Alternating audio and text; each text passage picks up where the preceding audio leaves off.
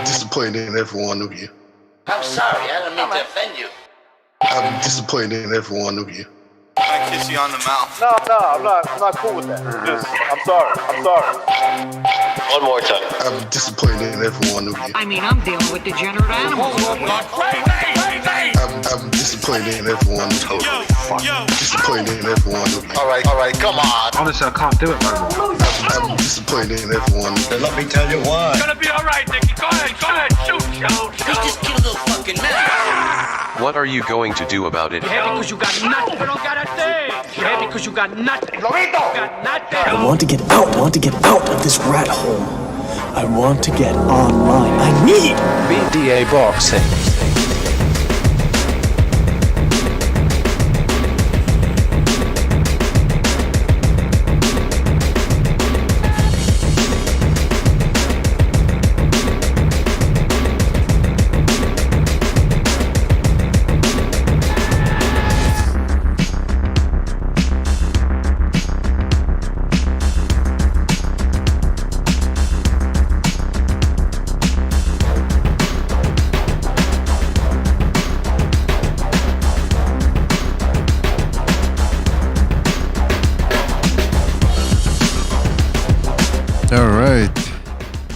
Welcome everybody to another Video Boxing Podcast, broadcasting to you live from the true north.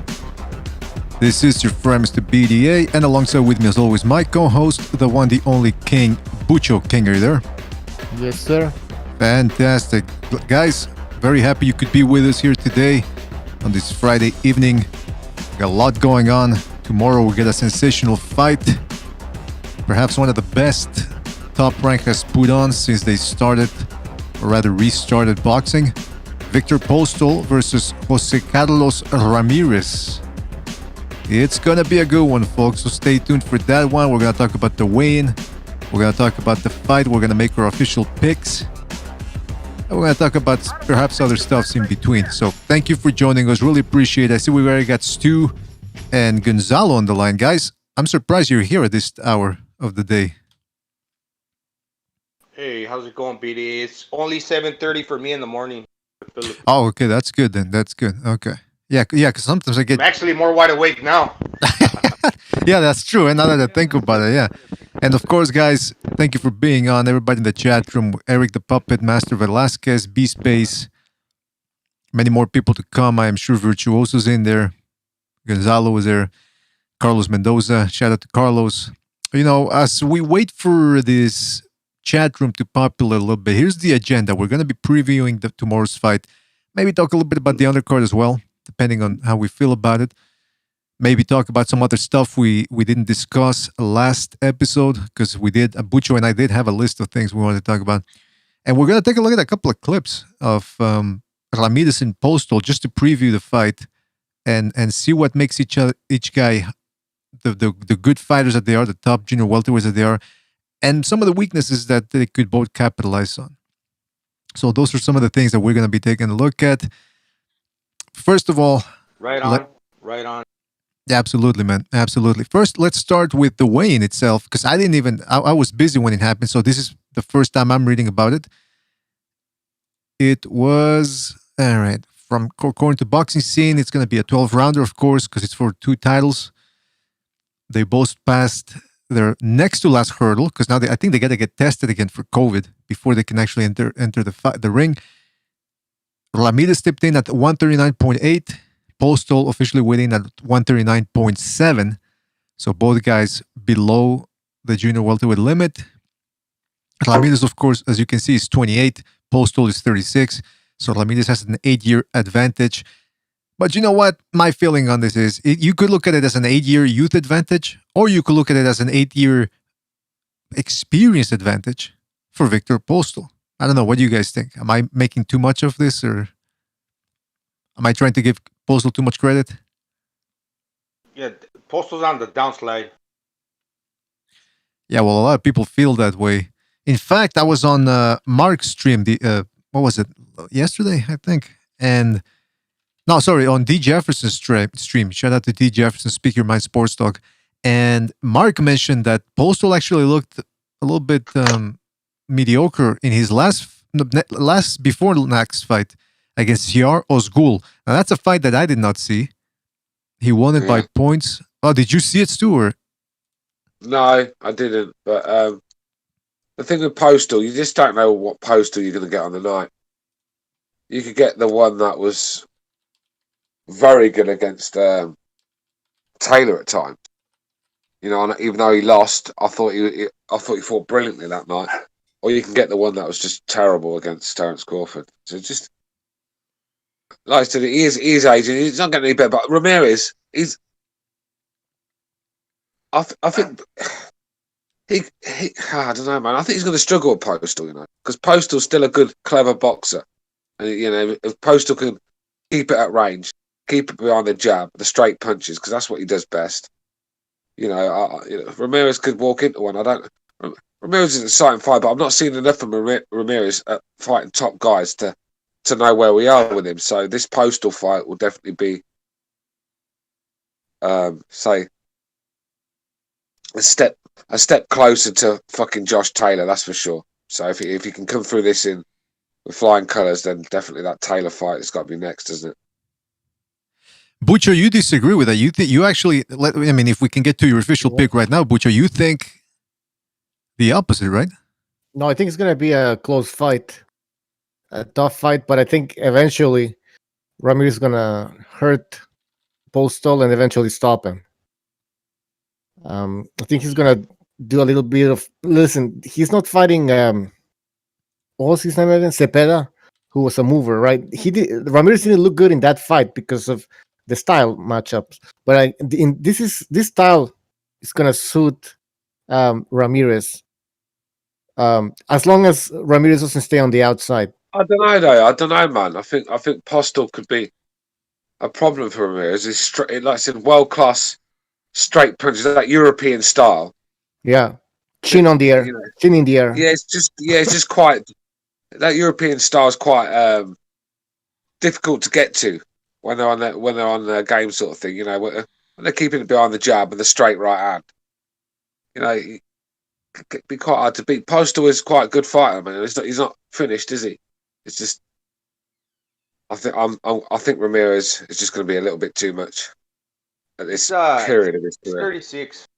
He relies on a lot on his legs. He's got a lot of the Ukrainian style where he's in and out. Yeah. His jab's not a throw. It's not. Let me just say what I have to say. It's not a throwaway jab. It's a scoring jab. But the thing with Ramirez, what I see is he uses his lead hand as well. So when Postol throws that jab, Ramirez is also going to jab. So Postol going to use that jab to try to get Ramirez to throw punches so he can counter him with combination punching as Postol does. But what Ramirez does, he throws jabs and he throws hooks with that lead hand.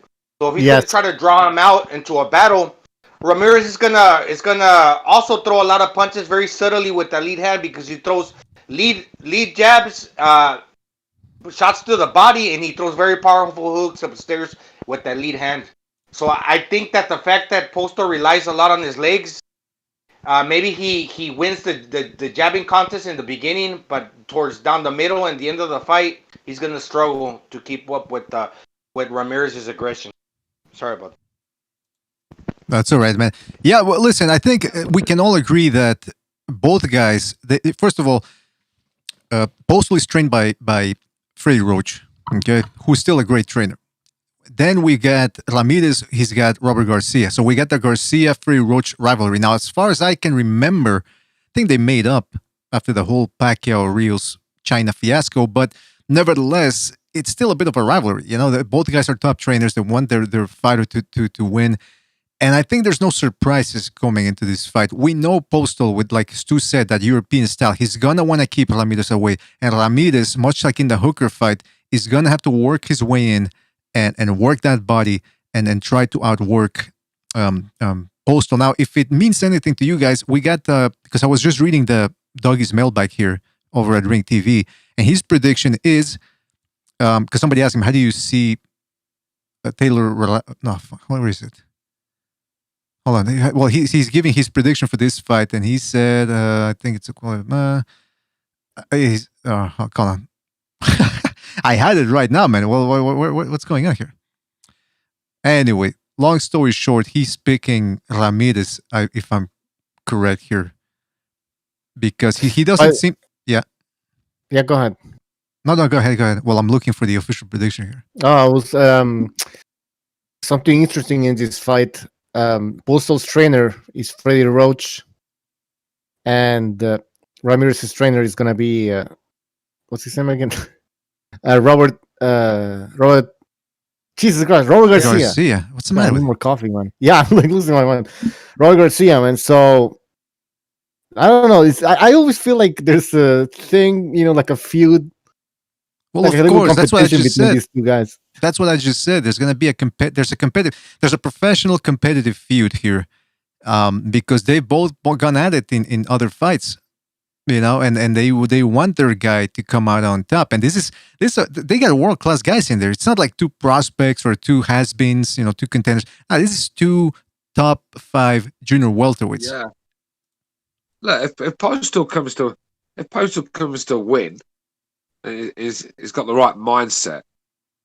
Yeah, fucking big problem for Ramirez. It's going to be a hard night's work for Ramirez because Postol gave Josh Taylor all he could handle in that fight. So Taylor just caught up to him in the end through pure pressure. I think that's what Ramirez probably will have to do in the end, and he probably will do, where he just overwhelms Postol with work rate. But if Postol can start finding the right range and timing his straight punches as Ramirez coming in, it could be a tough night for Ramirez. Guys, by the way, my prediction, I did say that Ramirez, in my opinion, it will stop Postol, but this isn't gonna be easy, and this isn't gonna be anything that resembles what was it, Ramirez against Hooker. That destruction, that's not happening, in my opinion.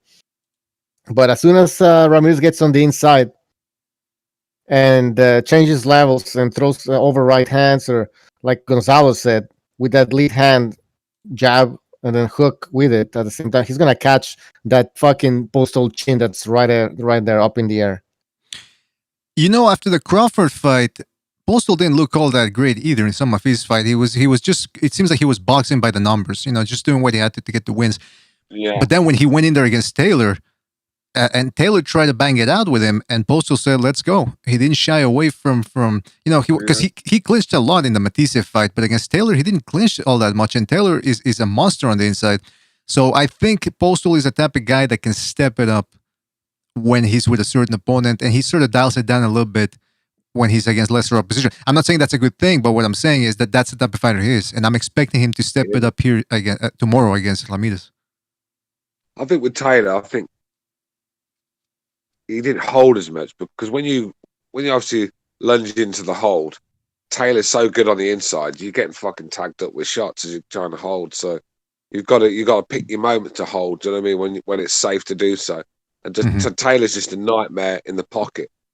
So I think that's why Postol just trying to keep away from doing that so much, because even in the hold, Taylor's landing shots, sort of thing. Do you know what I mean? He wiggles himself out and lands 2 or 3 nice body shots or something like that. He's always working, and I think that's what overwhelms Postol in the end. And I think that's Ramirez is a very similar sort of fighter. I think, but Taylor's also got. He's very, very, very good boxer. Taylor, he's a very fucking skilled technician, shall we say? I'd say he's one of the most talented guys in the UK, without a shadow of a doubt. And like I said, absolutely, yeah.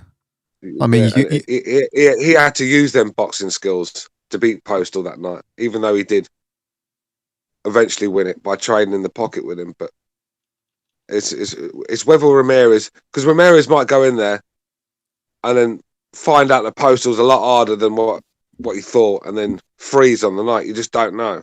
Do you know what I mean? Exactly. I've seen it happen before. Yeah, when Postol is the type of guy, he's got a little bit of a Klitschko inside of him. Like when he gets hit. Yeah, exactly, bro. Yeah. That's what I was trying to explain. He's quite boring, but he's an hard style to beat, sort of thing.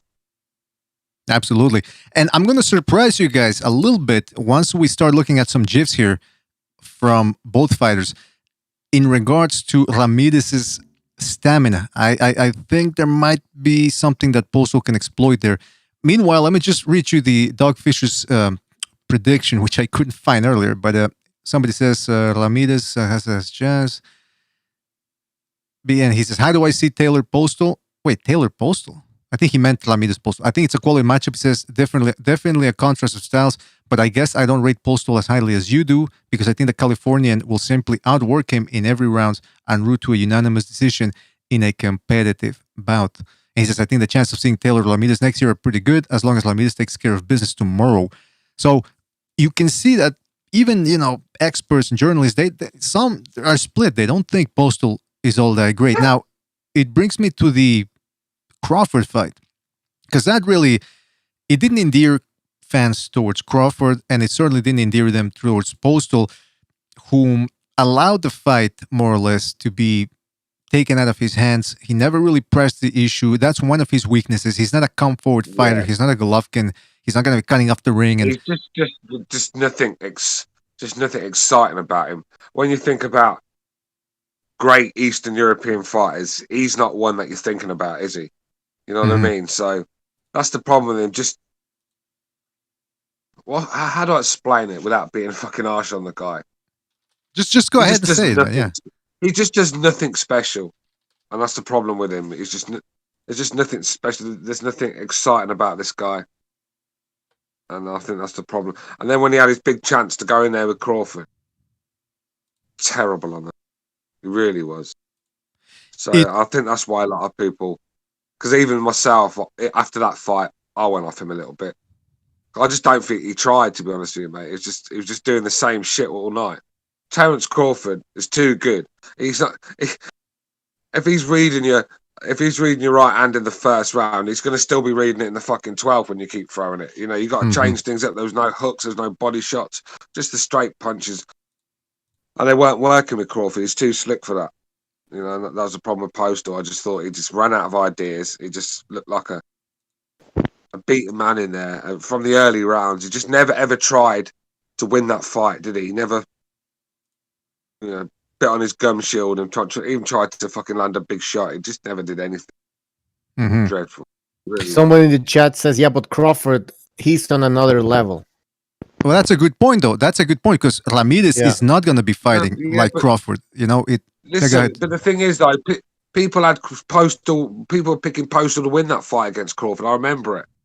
Postol was a big post after he'd knocked Matisse out. A lot of people were talking about Postol very highly. It's only now everyone wants to talk about how much better Crawford was. But go back and watch the videos and in the pre-fight. Man, that fight was a 50-50 fight in a lot of people's eyes. Some people were picking Postol. There was obviously Crawford people, but that weren't like a landslide victory for Crawford in most people's eyes. That was a close fight, and it was a unified title match to see who the best in the 140 division was at the time. And Postol got fucking schooled. They're not similar styles, but they have some similarities in the sense that they both like you to want to commit to it. They entice you to throw punches so they can counter you back with combination. That's what Postol and Crawford do. So that was like kind of one of those type of battles, a seesaw battle, back and forth, but see who throws first. And if you don't throw, I'll throw. But once you commit, I'll try to catch you, and like that. Exactly, Gonzalo. That's why it was kind of boring. Yeah, exactly. That's why it was boring because it was two counter punchers, neither one willing to take the first shot, and it just it turned into that whole gimmicky chess match. Now. All right, Bucho, we might get to the GIFs, so I'm not sure though yet because I don't know how fast we're gonna get to them. But but we're gonna try to go through them fast. We don't want to go 3 hours. But the point is, because I'm interested in talking about this fight because I don't want to get stuck on the GIFs too much. The Crawford fight it was boring. It was entertaining, but in hindsight, Postol, if you want to find something positive there, he didn't get stopped. Most people that step into the ring against Crawford don't make it out of there. Of course he didn't get stopped. Terence Crawford threw about 6 punches around. I know, but I'm saying that's how he respected Postol, and that's why he chose... listen, mate. Terence Crawford was probably one of the biggest mistakes he's done in his whole career. Was putting on that performance, on that limelight against Postol. He did all right. He won the fight, but no one remembers the victory. They just remember that poor show from both guys, man. It was a terrible fight. And look, it hurt Crawford because I don't think he's actually bounced back from that because Crawford, outside Nebraska, he's not selling. I mean, I don't get it myself. I mean, if the guy was British, mate, he'd fill Wembley, but he's not. He's American, and he can't even fill a fucking bingo hall outside Nebraska. So, look, I think that fight hurt him because he should be a superstar. Crawford's tremendous fighter, Terence Crawford. You know, no matter what you say about Crawford, and I've noticed one thing about recently. I think he's trying to put it right, and that's why he's a bit more excited now. He's getting these guys out of there, and that's probably why he's getting caught a bit more because he's hanging around in the pocket too long, throwing too many shots, trying to impress, and it's nearly costing him, sort of thing. But yeah, that's where I'm with Crawford. Well, in terms of the Crawford fight, okay, Crawford fought in a very conservative style, and that's why Postol made it out. That's a fair point. But also, Josh Taylor tried to go after him and couldn't take him out. I mean, Postol is a durable guy. That's why when we talk about him getting stopped against Ramirez is going to have to do something really intense to take this guy out of there, because it's not, Freddie Roach doesn't train scrubs. And that's what I mean. Like, he'll train you if you've got something special. And I'm not saying Postol is a pound for pounder, but I'm saying is he's not an average fighter. That's why he's a top welter.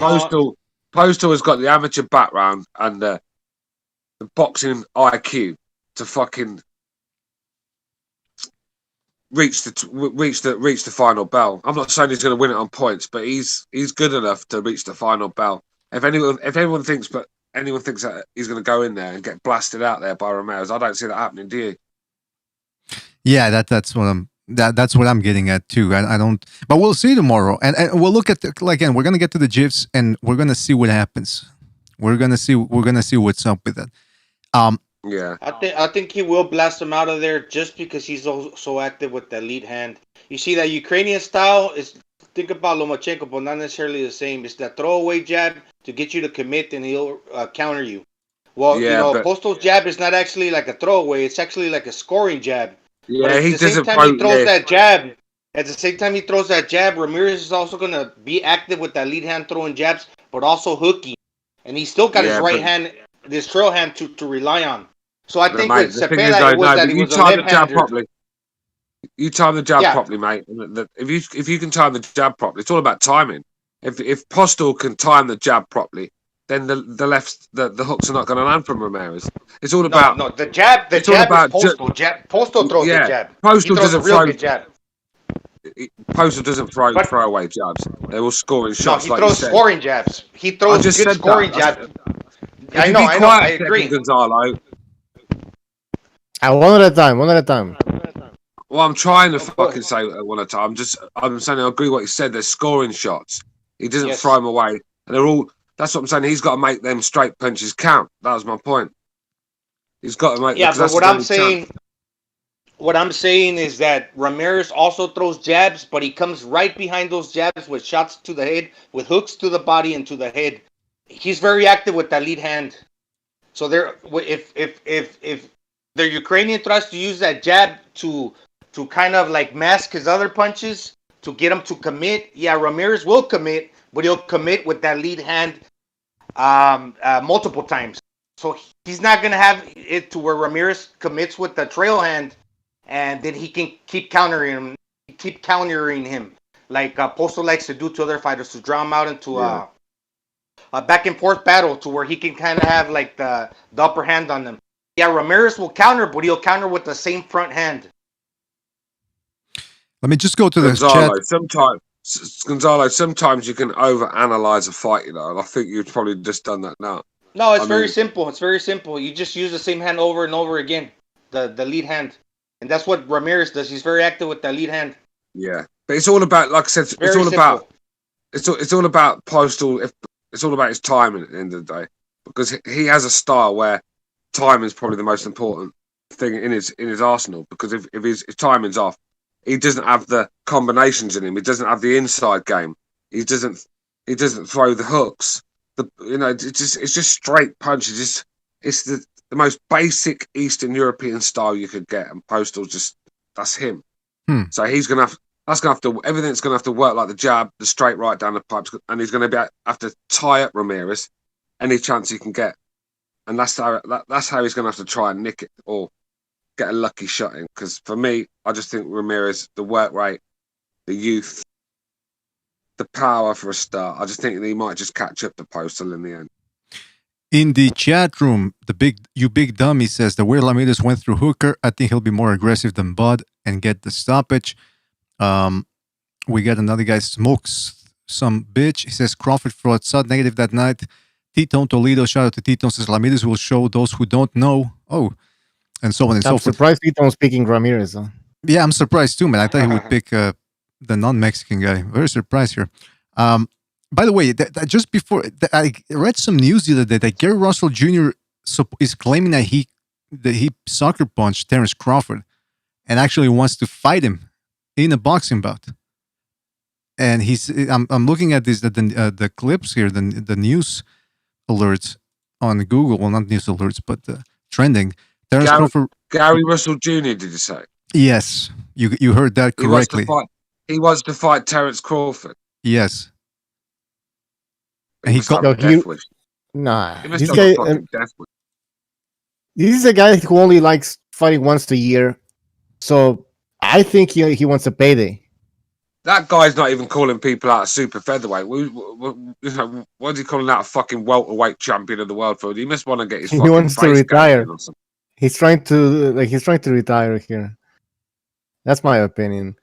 Or he's trying to pull a Mikey Garcia. Remember? He's gonna go up in weight and then he won't do jack shit. Oh yeah. Try to survive and then I was fighting a bigger guy. Out of us. Yeah, do a Mikey and Connor payday out of us. Hey, listen, Crawford's desperate for an opponent.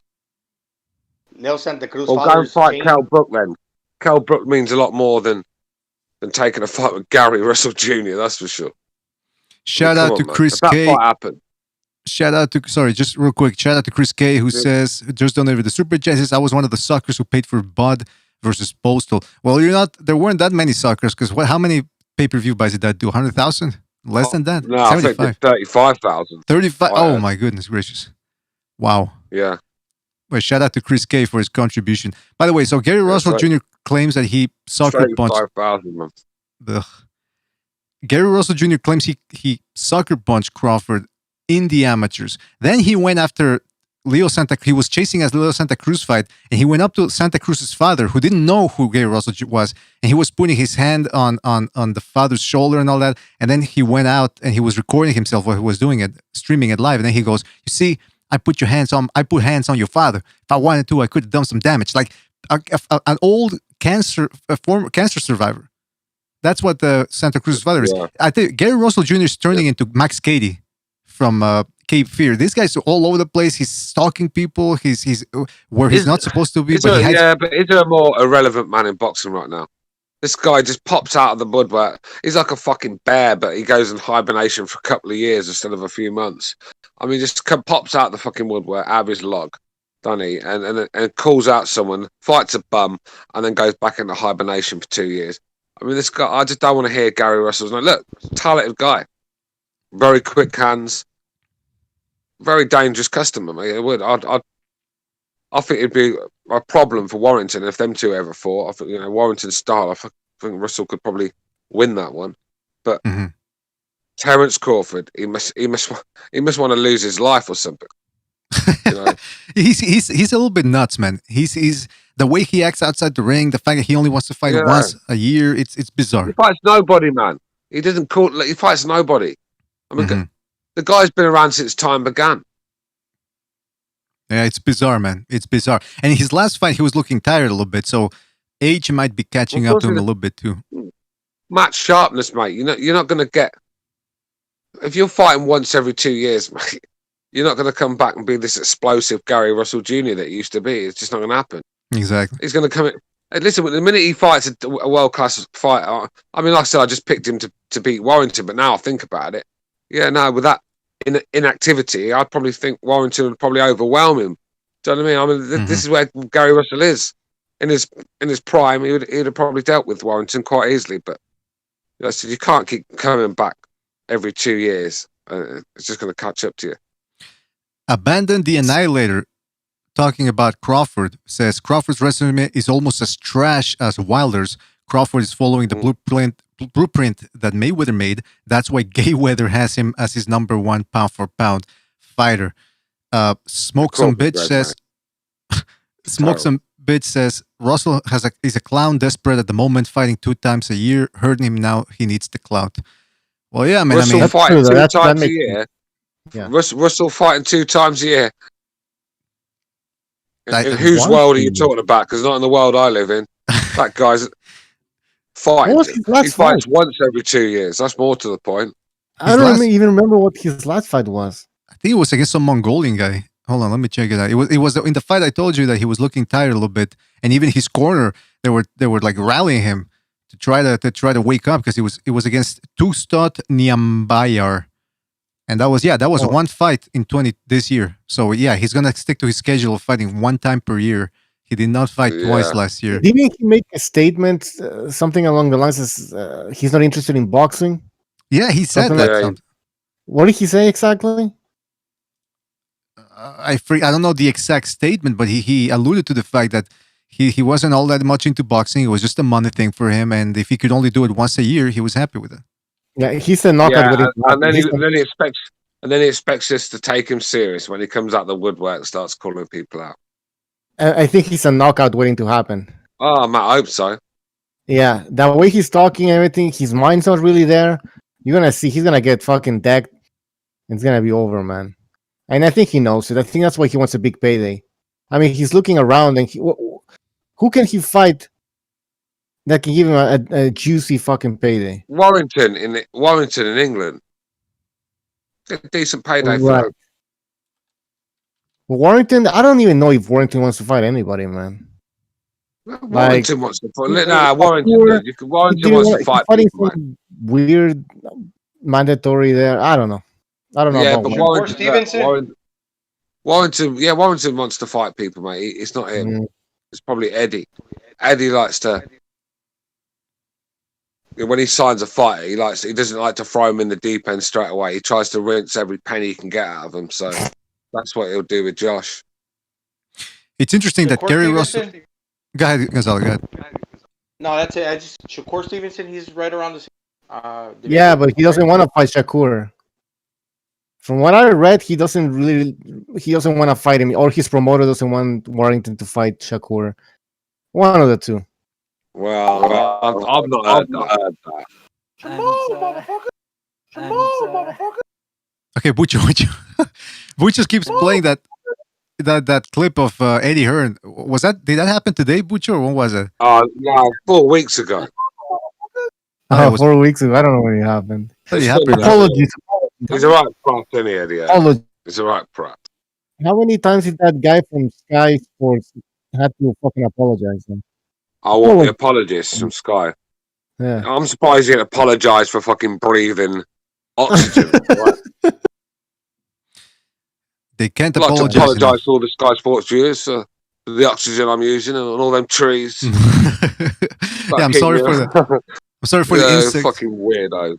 I'm sorry for the insects I trampled when I was walking through the lawn this morning. Shut up. Yeah. All right, listen. I've just watched someone beat a guy's brains out nearly.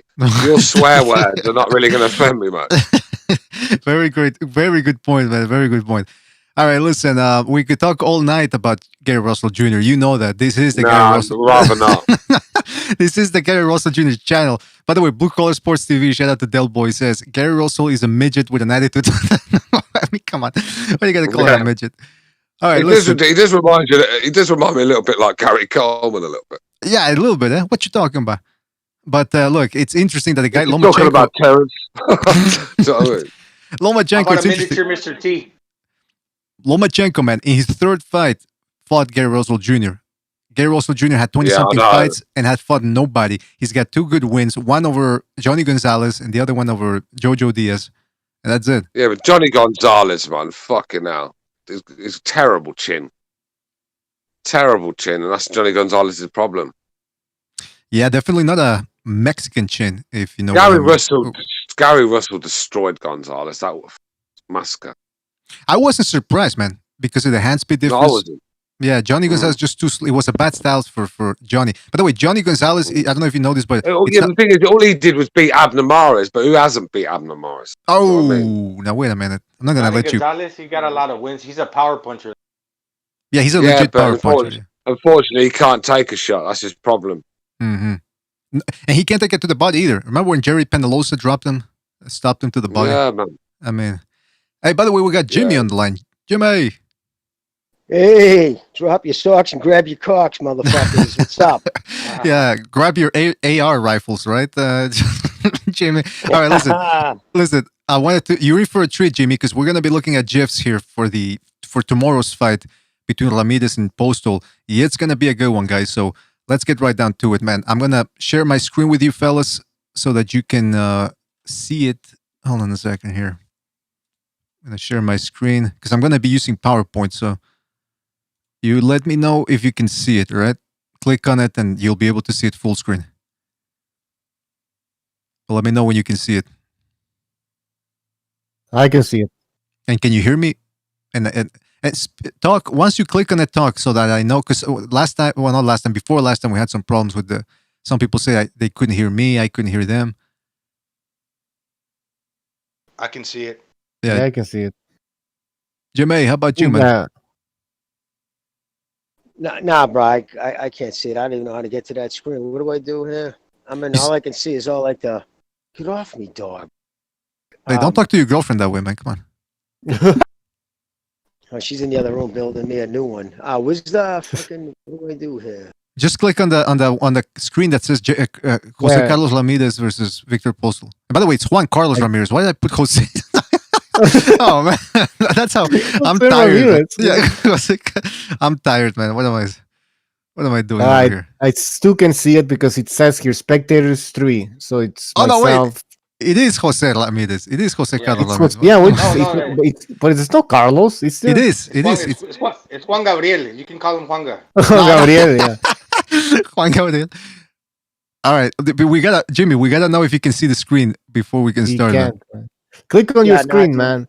I don't know, man. Maybe I connect a different way. All I see is like our icons and the names. That's it. There's no options to click anything else. Oh yeah. On the screen I'm at. Which names do you see though? I see me first, and you, and then BDA, and then Gonzalo and somebody else. That's it. Yeah, click that one, the one someone else. Okay. Oh, Ramirez, he's got like fucking That's two. Ramirez.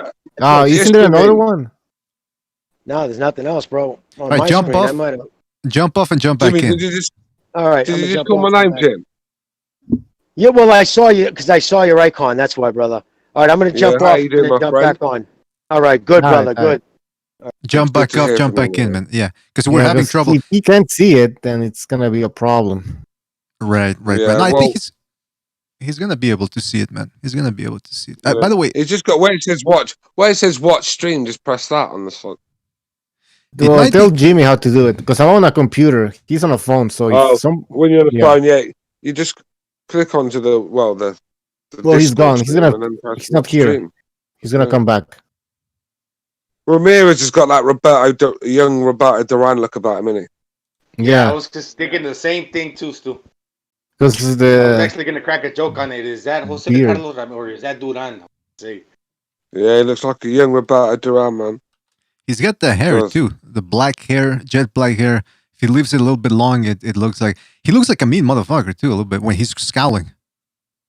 Hold on. Yeah. Postol looks like fucking Zlatan Ibrahimovic. Damn, I don't even fucking. Yeah, that's right. When he just scored a goal, he celebrated. Yeah, he looks like Zlatan with a haircut.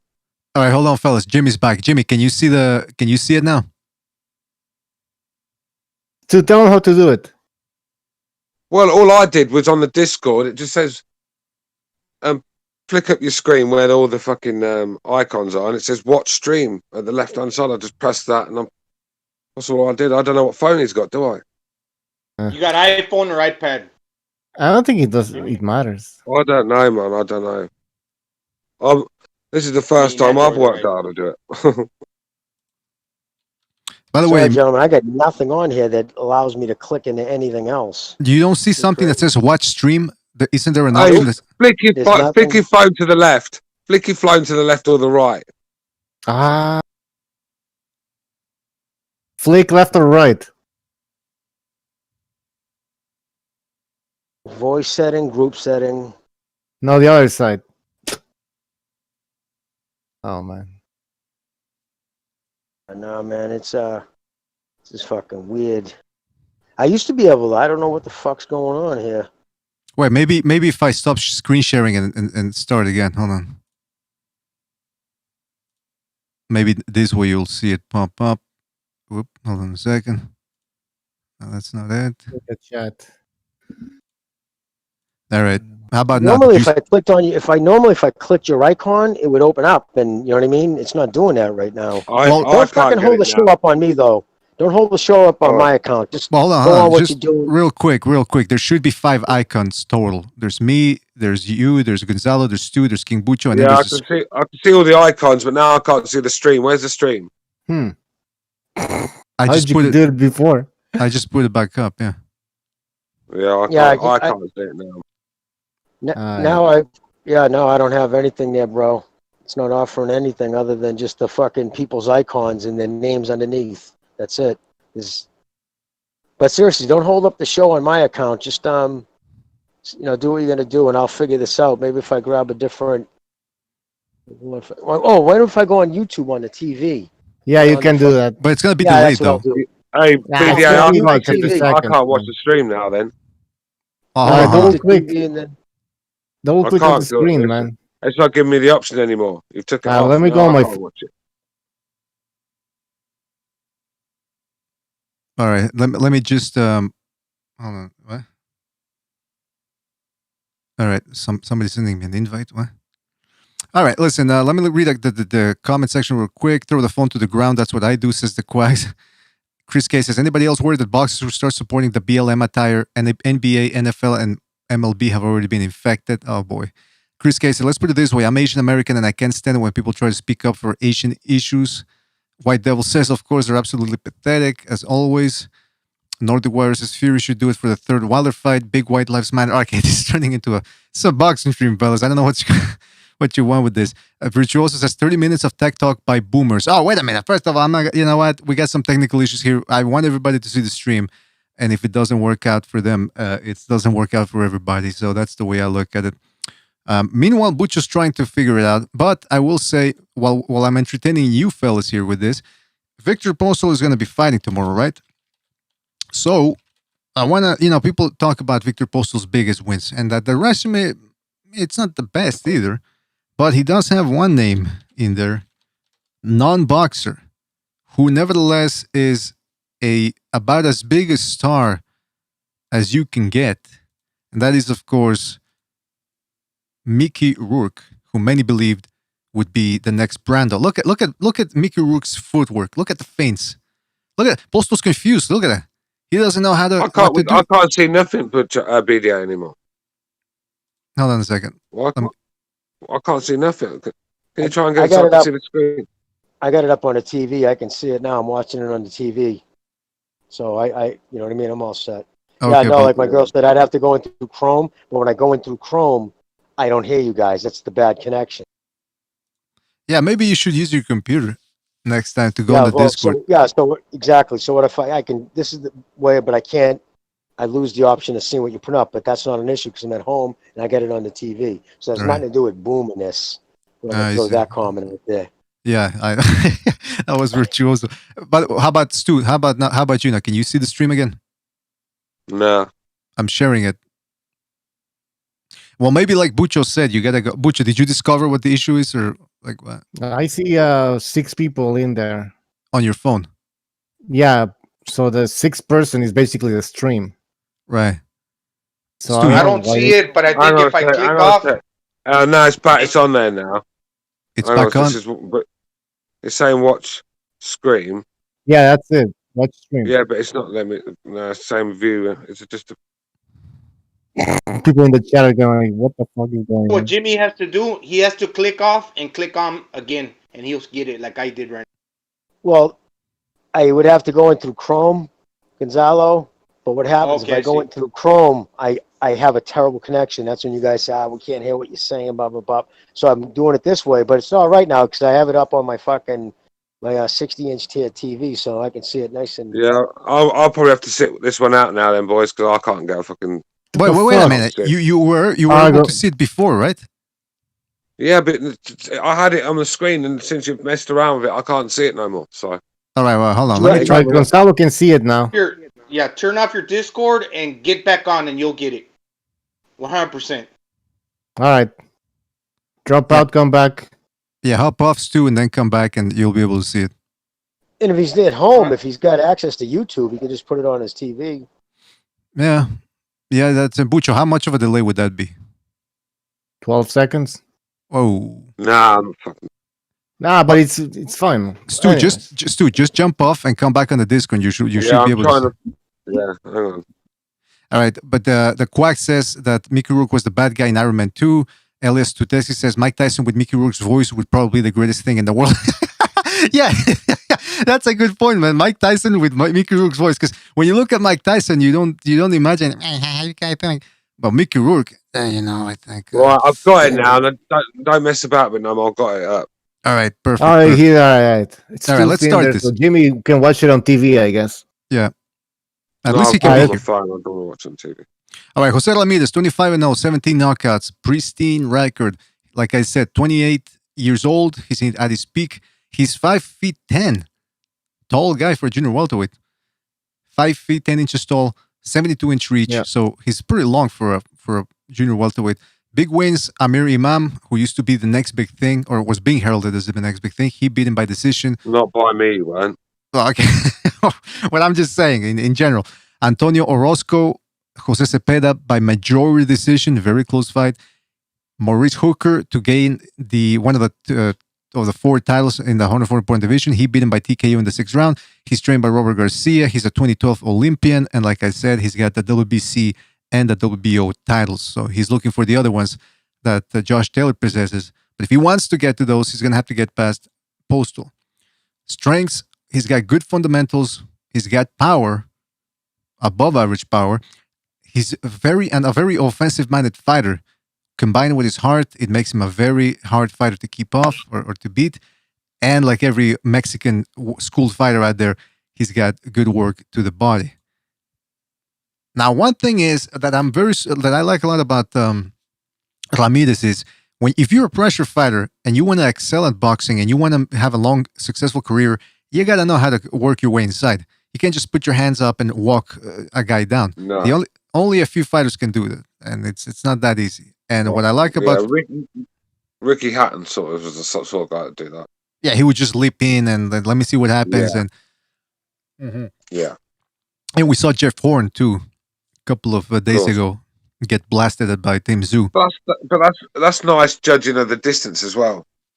You know, he's always out of range, so he's not gonna get caught with anything, and that's good footwork. Yeah, this is from the first round. This is in the second round. Look at how he feints and he makes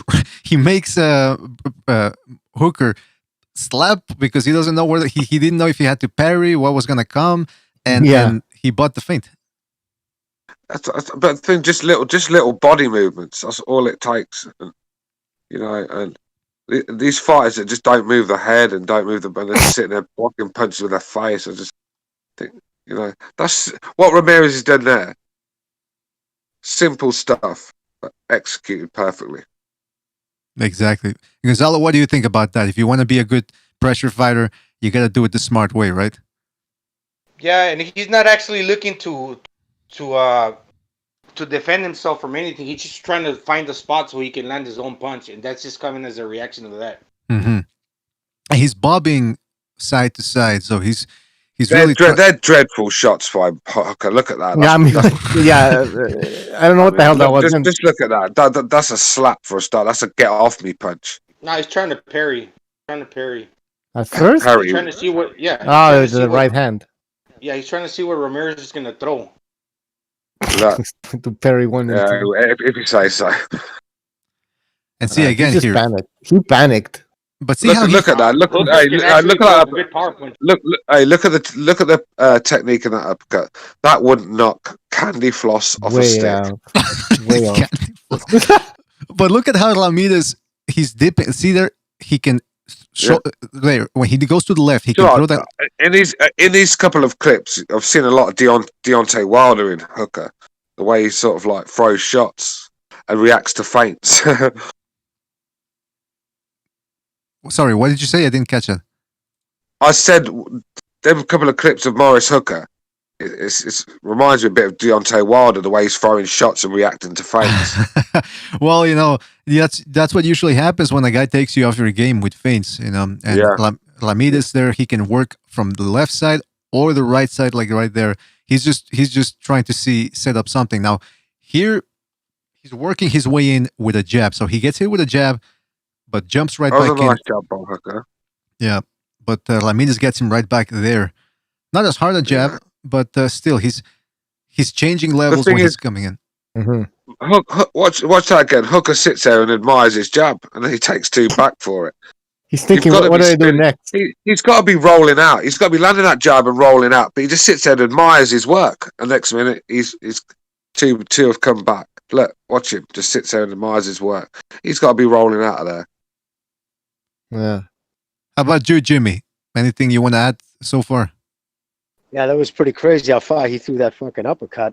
That was a speed uppercut. One thing I sometimes Ramirez, I've seen fights where he throws too many punches. He tries for volume instead of saving some energy. I know. I don't know, man. What do you guys think about him? I think he's all right. For a while there, he was the biggest selling American fighter. Like he sold the most tickets, like from 2016 to 2018. If you count up all his ticket sales, yeah, he was the number one gate American fighter. Who was? Surprised a lot of Ramirez. Yeah, he's got a big back in Ramirez, Yeah, a big hometown. They come out in droves to follow him. So I don't know how he does it. Hey, anyway, can you move this clip on because it's driving me insane now. Yeah. Hey, if he was the PVC, they would have kept Ramirez instead of fighting in California or something. Or he would have been fighting in Barclays. Yeah, he would be fighting bombs too, probably. Hey, Fox number. Those PVC put up some good numbers, huh? Saturday night. Woo! The worst ever. Just 1.3 million. No, 600,000 on average. I don't even think it. Oh, peaked at 1.2. Yeah, peaked. But it's in 70. What was it? No, it's in. I forget the actual Fox what they said. It's like that channel is in. I think it's 174 million homes. Oh yeah. So I mean, it's horrendous. Terrible. Fox executives be like, we're losing out on a live boxing on a Saturday night to reruns of 48 hours. Are you kidding me? I mean, that's horrible. Yeah, but horrible. It was at least it was better than ESPN's numbers that they were having back when they had what was it? It was Shakur Stevenson versus some nobody and all that. I mean, those were horrific too. But I don't know, Sean Porter against who? That German dude. But the thing is, though, right? Sean, I mean, that ESPN is a selective thing. You have to like order. It's a separate channel. It's like you're looking for it. When you put something on one of the four major, I mean, ABC, CBS, NBC, and Fox, those are the four majors. They all have it. To have something on a Saturday night prime on one of the four majors, and you pull a 1-0 and below a 1 in the fucking targeted demographic, 18 to 54, that's beyond it. That's horrible. That's hurting boxing more than it's helping it. Also, Jimmy, that people might not have known the fight was happening because they're not promoting boxing like before.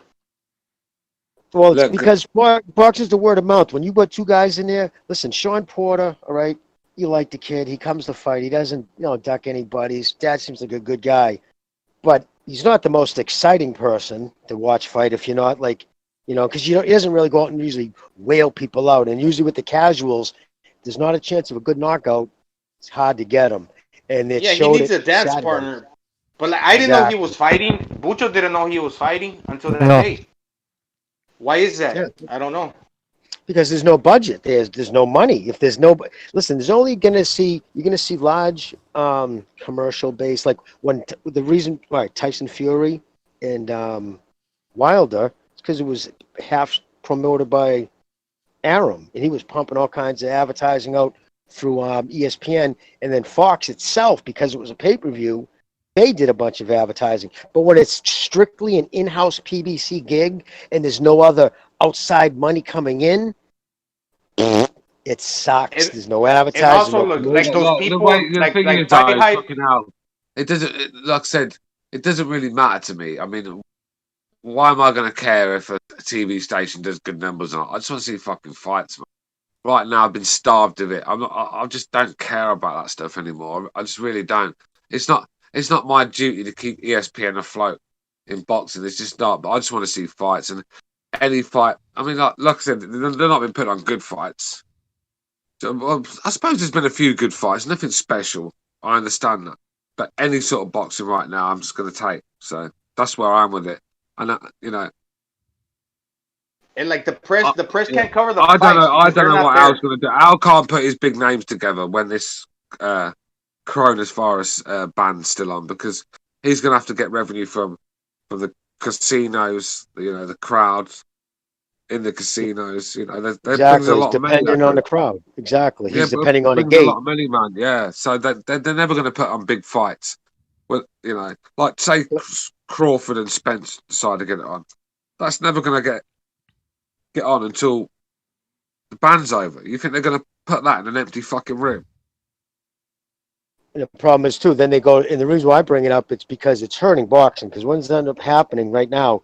Do you think Fox? I mean, none of the pay-per-views have made money. Fox might have made a little. Of course, I don't give a fuck. Nobody's paying my bills. I don't care how much money they make. Exactly, bro. But I look at, that's the way you got to look at it, man. Yeah, I look at it as, is it helping or hurting the sport? Like going forward, does this mean I have to pay more? Because eventually networks are going to say, fuck it. I'm not carrying any of this shit. And you're only going to be able to get it through pay-per-view. All right, but fellas, these morons, these morons calling for the demise of DAZN. They don't realise that they're actually biting their nose off to spite their face, because DAZN have got some real big names, and if they come out of boxing, then we're fucked, don't we? Really, because we've got to rely on these guys to bring us shows. And Sorry to interrupt. Do you want to rely on Heyman to put on good cards every week? Because I don't. Eddie's cards are starting to get worse by the show. Frank hasn't done a good card in since I can remember. So listen, fellas, we gotta keep going. We gotta keep going. We gotta keep going. We gotta keep going with the Ramirez thing here, because we don't want to take 2 hours to do it. I was talking about Ramirez, and we ended up talking about the PBC. I know. But let's just get back to it. So here he's jabbing his way in again, up, down, and then back up. But you see, the first jab is just a throwaway jab to make a hooker throw the first jab, and then he comes upstairs, boom, with a jab there. But the thing is, Ramirez just doesn't have any respect for what's coming back. So that's why he can, he can just do as he pleases in there. Hooker's just, look at these feeble shots that Hooker's throwing. What is that? Well, like I said, he's actually Hooker can crack. He can crack with the right hand. Yeah, he can crack. He pushes it. Yeah, but I'm showing you what when Ramirez is having success. Yeah, but my point is, when he's doing that against Josh Taylor, he's getting chin checked. Yeah, what the hell's going on? We'll see if Postol can capitalize on his length. Now here again, this is what I like about Ramirez, is he moves his head when he's coming in, and before see how he jabs from a different angle. Yeah, that's a nice angle to the jab as well. That's a perfect angle for the jab. But he's very technically very good. He's looking for the body shot. He's looking for he's actually looking for a left hook downstairs, but he just throws it straight. Trying to find his angle to throw a different punch, but if he can't find it, he's just going to resort to throwing another one. See, Morris Hooker, you can see, I could, just by watching 3 or 4 clips, if I didn't know who won this fight, just by watching 3 or 4 clips, I could tell you the outcome of this fight. Because Morris Hooker just looks like a guy that was never going to win that fight. Just doesn't have enough pop in his shots. Technically not good enough either. Ramirez is just a far supreme boxer a lot tougher, hits harder.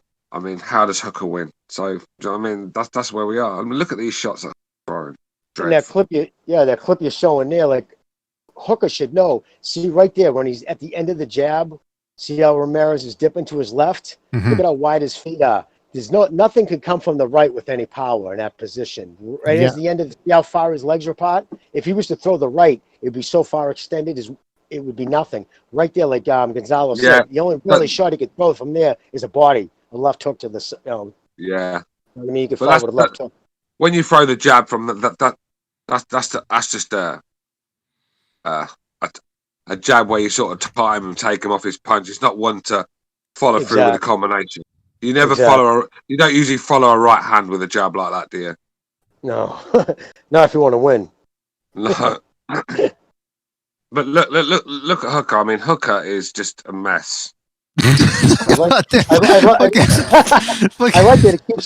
he keeps his right hand up high on the jab. He keeps it up with his earlobes. That's a nice thing. That's a well trained right there. That's that. A lot of guys drop their right hand when they throw that jab. It's just a natural reaction for so many people. It's that Robert Garcia schooling. That's how he schools these guys. Keep your hands up. Now, in this clip, Hooker started off.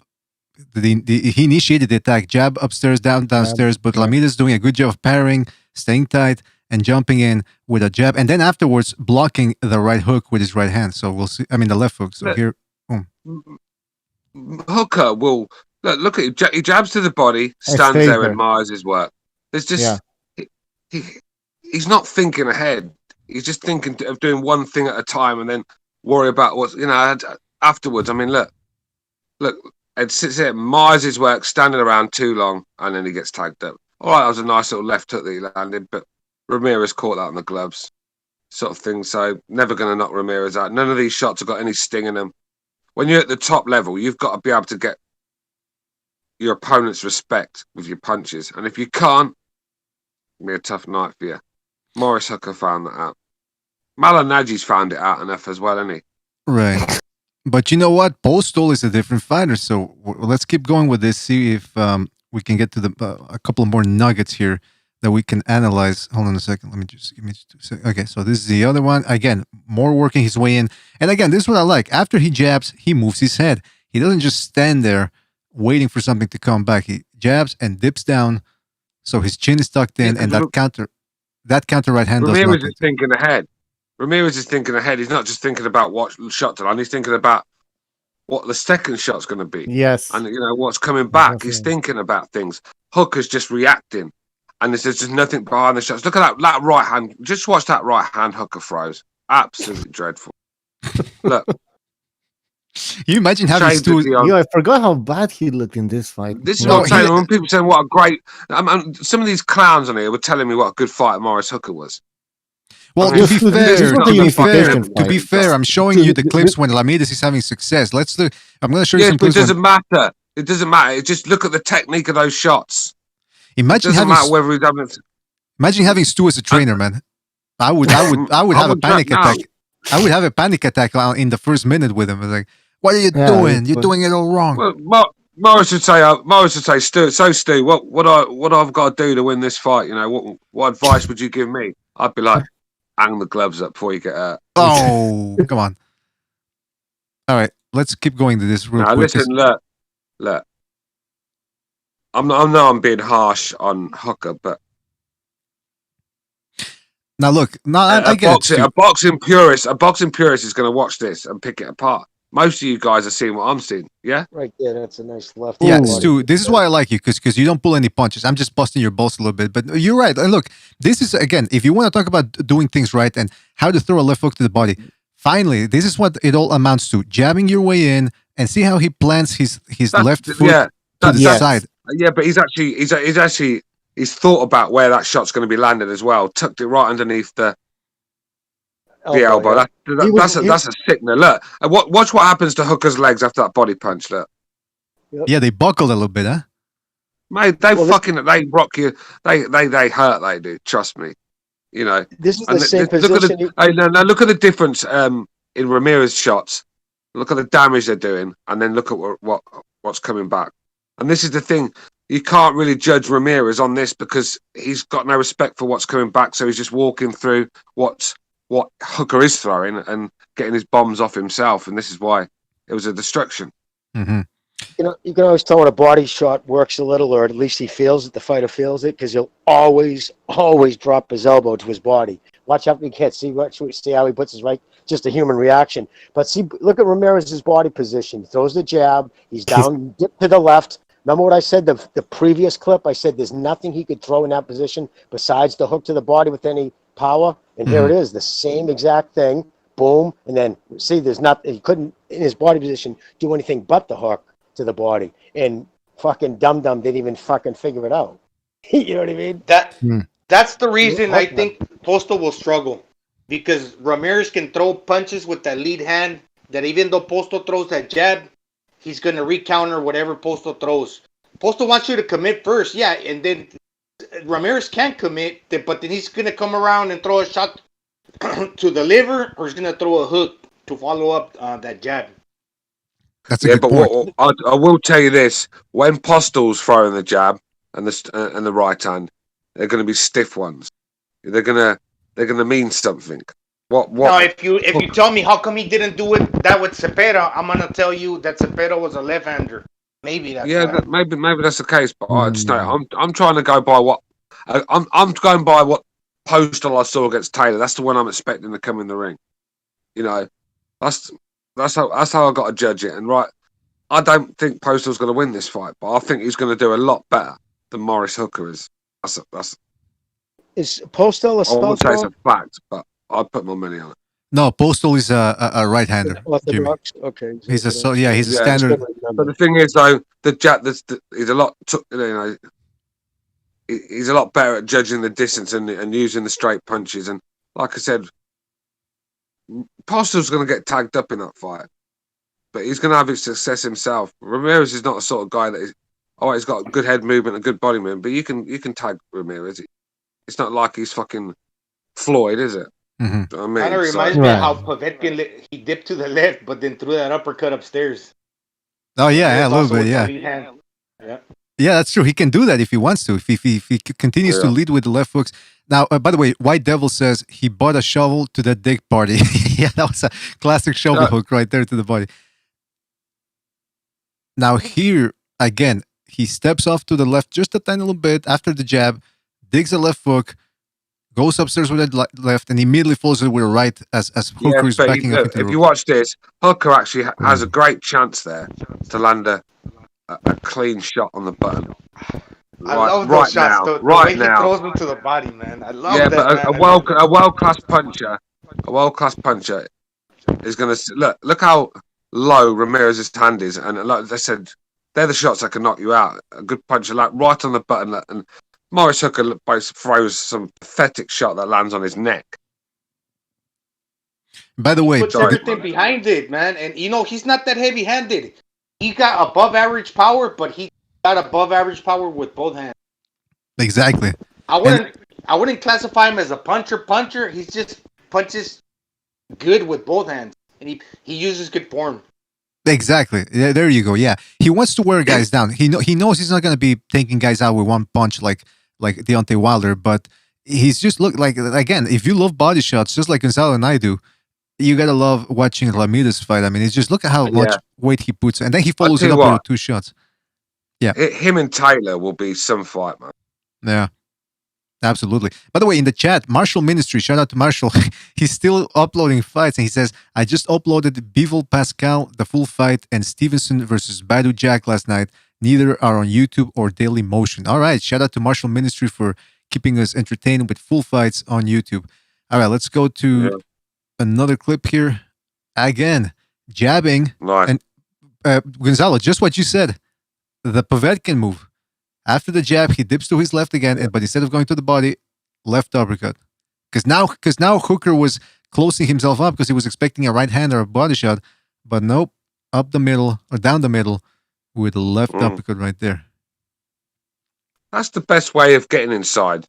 Using a nice stiff jab, timing it properly. Then nothing can come back then. That's when you can do your work inside like that. I mean, like you said, you can't just stroll forward with your chin in the air. Mm-hmm. Yeah. But the Yeah, question that's what I'm noticing. It's called educated pressure, and Golovkin used to be a master at it, but unfortunately now. before he turned 98 years old. Yeah, Gonzalo, what were you gonna say? Yeah, Ramirez very active with that lead hand. He throws his jabs and his power shots. I don't really see him throwing a lot of the trail hand, which would be your power hand. In actuality, he uses the lead hand more. I've noticed with Ramirez, he throws shots in twos though. There's nothing. I'm not once have I seen him throw like 3 or 4 punch combinations and stuff. It's all in twos. You think there's a pattern? Okay. He was working against Maurice Hookers. No, I'm just saying that it's you're going to need a bit more than that against Taylor. Yeah, there could be a pattern. Could be a pattern there for Postol even too. For Postol, because if it's 2 shots at a time, a guy like Postol can exploit that too. All right, still working his way in with the jab again. This time he's doubling up on the left hook. See, jab, dips to the left hook to the body, and then the left hook upstairs. He threw 3 shots then, but I think the third shot, there was nothing behind that. I think he's the sort of guy that when he does his drills, I think a lot of them are in 1s and 2s, I should think. Like Gonzalo said, very active with that lead hand. The thing is with Taylor in the pocket, I think that's where he's at his most dangerous. And there's times when Ramirez Postol throws a good jab and tries to draw out Ramirez into a fight, then Ramirez could come back with the same hand over and over again. That's why I'm picking Ramirez in this fight. I don't know. Yeah, could you? I don't know, man. Yeah, I didn't get that, Gonzalo. Could you elaborate a little bit? Like you're saying, if it's a jab, like that Ukrainian starts. I'm gonna just use an example how they throw that throwaway jab to make you commit to more punches. Well, yeah, okay. Postol's is not a throwaway; it's a punch. It's a scoring jab, but he wants you to commit to more shots.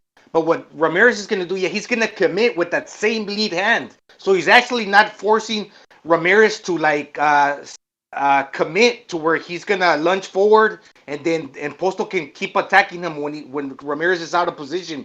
No, Ramirez is gonna hold that position and commit with the same lead hand after Postol throws the jab. So that throwaway jab, that the Ukrainian style where I'm gonna throw something to make you throw something back at me.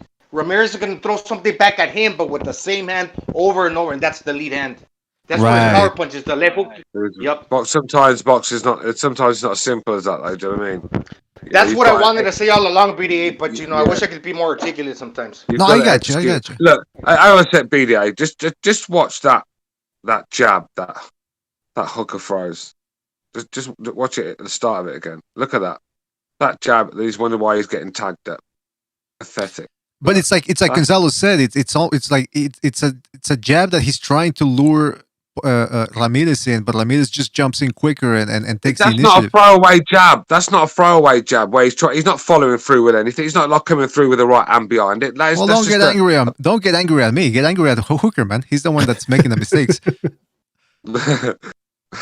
No, but I get what you're saying. Yeah. It's just terrible. It's just look. Even the second jab that he throws, look at it. What is that? Yeah, the left hook there. He's shocked. Oh, there's a hook. Sorry. So I got a little screen. Yeah, he's shocked. It was that feeble. I couldn't tell what it was.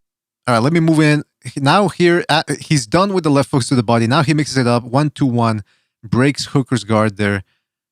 Again, good power. Like Gonzalo said, it's not Wilder type power, but it's good enough to be breaking through guys' guards. So. Oh, it's not Paulie Malignaggi, right? So. Exactly, it's not Paulie Malignaggi. So good punch selection. He's aggressive. That's what I like. First right hand I see him throw right there, bam, and the lead hand came even stronger. The third punch. Look at the third punch.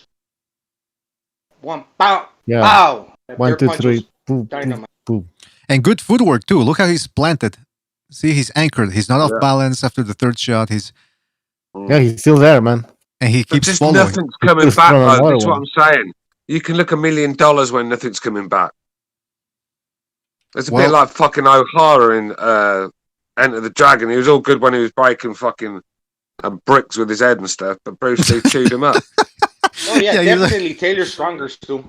Stronger, and he throws also very powerful fucking hooks. All right, but we're talking about Taylor. Hey, he's got to get past that's right. Postol before, and we're gonna take a look at Postol. Don't get it twisted. Postol is a good mechanic in there. Now this is again working his way in, putting pressure. Now he's working his way in. Now he's staying on the inside. So look what he does. He's following, cutting off the ring. He jabs, dips down, and then follows it up with the right. 1, 2. So he's mixing everything. It's just throw it like here. Okay, jab, dips down, overhand right on the chin, left hook. Throwaway shots, position himself for the left hook. He started to throw in threes now. He started to up his pace a little bit. Exactly. Everything's coming in threes now. Yeah. And it was all in twos earlier. Now he's starting to put him in threes because he knows there's nothing this guy has got that's going to trouble him. One thing that Ramirez likes to do is he likes to go to the body and then go upstairs, right? The classic combination. But sometimes what he'll do is he'll mix it up and he'll go 2 left hooks to the body, like right there, because he's expecting guys to lift the elbow to try to block the shot upstairs, but instead he digs. And I'm going to show you an example of that. He did that against Orozco later, but yeah, if anybody wants to chime in on this one. What's up, fellas? You know what else he does too, Bucho, is when he starts to get a guy on the ropes, he'll use that forearm and then he'll come with an uppercut body shot, and he'll switch. He'll switch both sides, uppercut body shot. He continues to dig to that body. Ramirez does real good inside work. We got D. Jefferson in the house, and D, I'm glad you brought that up because I think I have a clip. I hope I included it, but I did see that move that specifically that you spoke about. So I'm gonna see if as we go along, I'm gonna see if I can find it. But thank you for being on, D. Always appreciate you being on. No doubt. I mean, it's an excellent move, bro. He uses his body as leverage so that he can get that angle, and he switches from side to side. Is perfect. Yeah, that was lovely. That was. But I'll tell you one thing: when you watch him, when he throws the body shots, he puts so much into it, but he leaves himself wide open. Yeah, that's where you can catch him when he's look how wide open he leaves his chinlet, and that's where you got to get him. I mean, you can get caught with an uppercut. Easier said than done. But he was talking about fighting Crawford, and I'll tell you what, he better clean that up before he get in there with Crawford. Oh, that's another. Yeah, it's in the welterweight division and all. Jesus. I think that chin is in the air, mate. Like I said, when body punches are great punches, but when you throw body punches, when you put a lot into it like them, you leave yourself wide open to big shots. That's why a lot of fighters don't like throwing them. I mean, that's what it baffles me. It baffles me how little body punches you see in boxing these days. Yeah, that's true. But that's why, because you can leave yourself to a big shot. Yeah, it's a certain amount of defensive skill you gotta have to throw those shots, bro. And a lot of guys just don't have it. That's right, mate. So, Mr. BDA, you said that you're actually praising him for throwing 2 hooks like that to the body? Yes, because what? Yeah, go ahead. Well, because like I said, what he does is, there's the classic combination: 1, 2, left hook to the body, and then left hook upstairs. But what he does is he does that, and then he does it the next time, but he doubles up on the left hook downstairs because the guys are expecting the left hook upstairs. You see what I'm saying? Yeah. So, because if you're gonna block the left hook upstairs, you gotta lift that elbow a little bit, and that's just enough space for a guy like Ramirez with the shovel hook to get to your liver. And I'm gonna show you an example of how he did it. But Gonzalo, anything you want to say about this clip before we move on? No, it's very nice punching by Ramirez. I'm enjoying it. And look at his feet. See how he's closing the distance, in balance, and trapping Hooker on the ropes. Like he's not letting him off there. Like he's following him little by little. And fighting on the inside is so hard, by the way. It's not easy. Like Stu said, that's why a lot of guys don't want to go to the body. It leaves you open. But if you know what the heck you're doing, it can cause great pain to your opponent. And you gotta appreciate.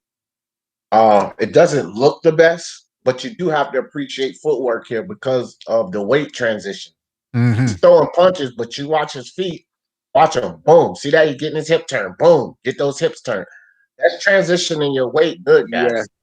That's good. That's good. Hey, that's good balance. He's got very good balance. When you watch his balance, and now compare his balance to Hooker's balance. Look at. I mean, it's just. I'm gonna have to say, adds power to it. One thing I mentioned all along, Ramirez got excellent balance. Yes, Yeah. you have. I think you have mentioned. Yeah, and you know what? That's where Garcia. It's so important. People don't realize how a little thing like balance is so important. This is Dillian White's problem. He could never really get his feet in the right positions, and his balance is always off balance. When you're off balance, Wilder's the same. Throw a shot, leave himself off balance. You know, and it's a Wilder's real brain is off balance. He don't count. Yeah, it's a real important skill to have. Wilder is off balance once he's hitting the punching bag. I'm not kidding. Oh, I've seen yeah. it. It's like it's ridiculous. But that's why Robert Garcia. This is where the Robert Garcia thing comes in, because a lot of you look at the Robert Garcia team and you see the sparring videos on Eli Segbach's channel and all that, and you don't see a lot of flash. You don't see guys with their hands down doing the shoulder roll and all that. But what you see is guys who are very well schooled with very good balance, hands up, and good technique. They might not be the fastest, the most flashiest, but if you want to learn technique, you go over to Robert Garcia's gym and they'll teach you the ropes, man. Because I mean, this, and you're seeing it with Ramirez here, and with guys like Virgil Ortiz and so on and so forth. Oscar Valdez. Yeah, Mikey Garcia. I mean, the list goes on and on. All right. Now, this is, again, this is just a 1-2-1, but this time he transitions to the body. Again, like Stu said, now this is later on in the fight. Now he's adding combinations and finishing to the body. So 1-2-1, right hand, and he uses that to dip to launch that left hook, and then he gets close. And look at that elbow at the end. Like D. Jefferson said, we're going to talk about that. Here we go. Yeah, do you have more of that clip? Yeah, I have more of it later on. I'm going to show you guys what I'm talking about, and it's perfect. Boom! See, he pushes them back with that elbow. That gives him the perfect angle and the leverage, and he can switch with it, guys. He can do it with both elbows. Uppercut, body shot. Uppercut, body shot. Watch it, bro. He's going to show you later. Yeah, but Hooker is his balance is terrible. I mean, just look where his feet are when he's taking those shots, and then you wonder why he look like he's all over the shot. Yeah, he looked really bad in this fight. There was something. He does. It's like I said, he's crossing his feet and all sorts. I mean, I think he's better than this. I don't want to sound like a boxing snob, but this is a real poor performance from Morris Hooker in every department. So I just think this is probably the worst fight you could have picked. I think both they was hurting him, bro. I have to recommend something to Ramirez, along with that balance that you alluded to, D. Yeah, but the thing is, it's all right. Punching to the left side of the body. Guys, one at a time, please. One at a time. Go ahead, Gonzalo. Yeah. He's punching to the left because that's where the liver's at.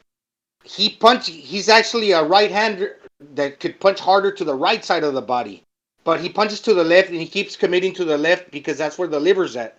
So he's trying to hurt his opponent. Some fighters just feel comfortable throwing hooks to one side of the body. I think it's Ramirez. I've not seen Ramirez throw one right hand with that sort of venom to the body yet. And he's a right-handed fighter as well. It's funny how a lot of fucking orthodox. It's funny how a lot of orthodox fighters do prefer the left hook to the body. So it's funny because that's where the liver. That's where you're gonna knock somebody out. But it's just they just seem to be a lot more comfortable throwing it for some reason. I think it's a balance thing. I'm a left-hander, and I prefer throwing my left, and that's my trail hand. You know what? Because you're Mexican, though. You're Mexican, though. That's we got that in our gene. Even the Mexican cab driver knows how to throw a good left hook to the body.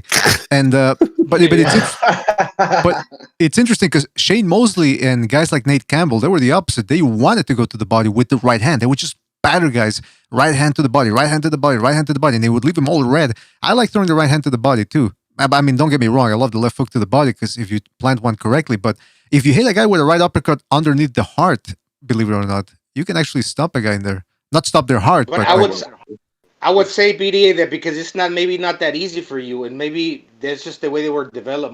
Maybe not that easy for me to punch with my lead hand to the body. I cannot get enough on it.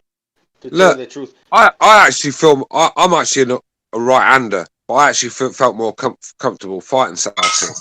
But you just don't have but you just don't have as much pop. What is that noise in the background? Yeah, who's destroying their kitchen?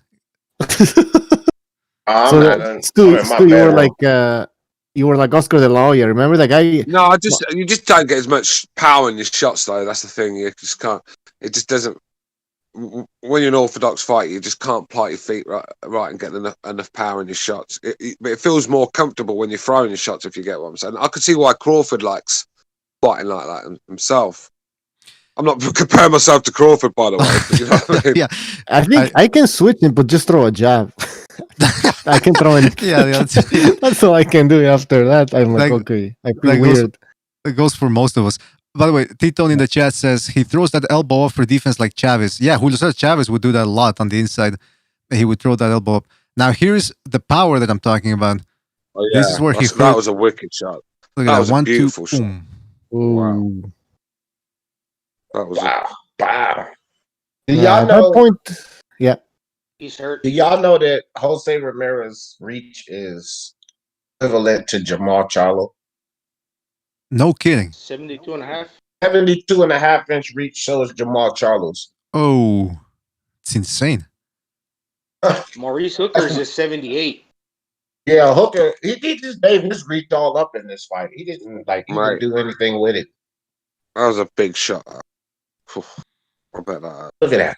Now here's the stoppage here. This is just straight shots. Boom, boom. Damn. Yeah. So, those signs of fucking Emil Griffith, man. You know what I mean? Yeah, that's true. The ref jumped in there this time. He did his job. Yeah. He didn't. Look, but look. I could have told you that was going to happen after 10 seconds of this video that BDA shot. Oh my goodness! But Hooker Hooker was never going to win that fight. Just not strong enough. Just not good enough. Just look.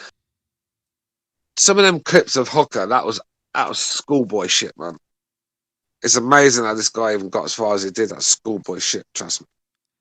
Hey Jimmy, He got a little scared in this fight. Jimmy, you've been very. Can you imagine Hooker in there? Can you imagine Hooker in there with someone like Baranchik just throwing bomb after bomb at him? I just wanted to check in to see if Jimmy was still on. But yeah, Stu. So it's safe to say, Stu, you would have picked because Prograis and Hooker were supposed to fight before the whole shutdown of society. So Prograis beat the shit out of Hooker. Yeah. That's what I wanted to ask you. Yeah. Prograis, the hell out of Hooker. Regis is a good fighter, man. Don't get it twisted. He lost a close fight to Josh Taylor, who's a very, very good fighter. Look, Josh Taylor, that was a hard night's work for him. His face will tell you that.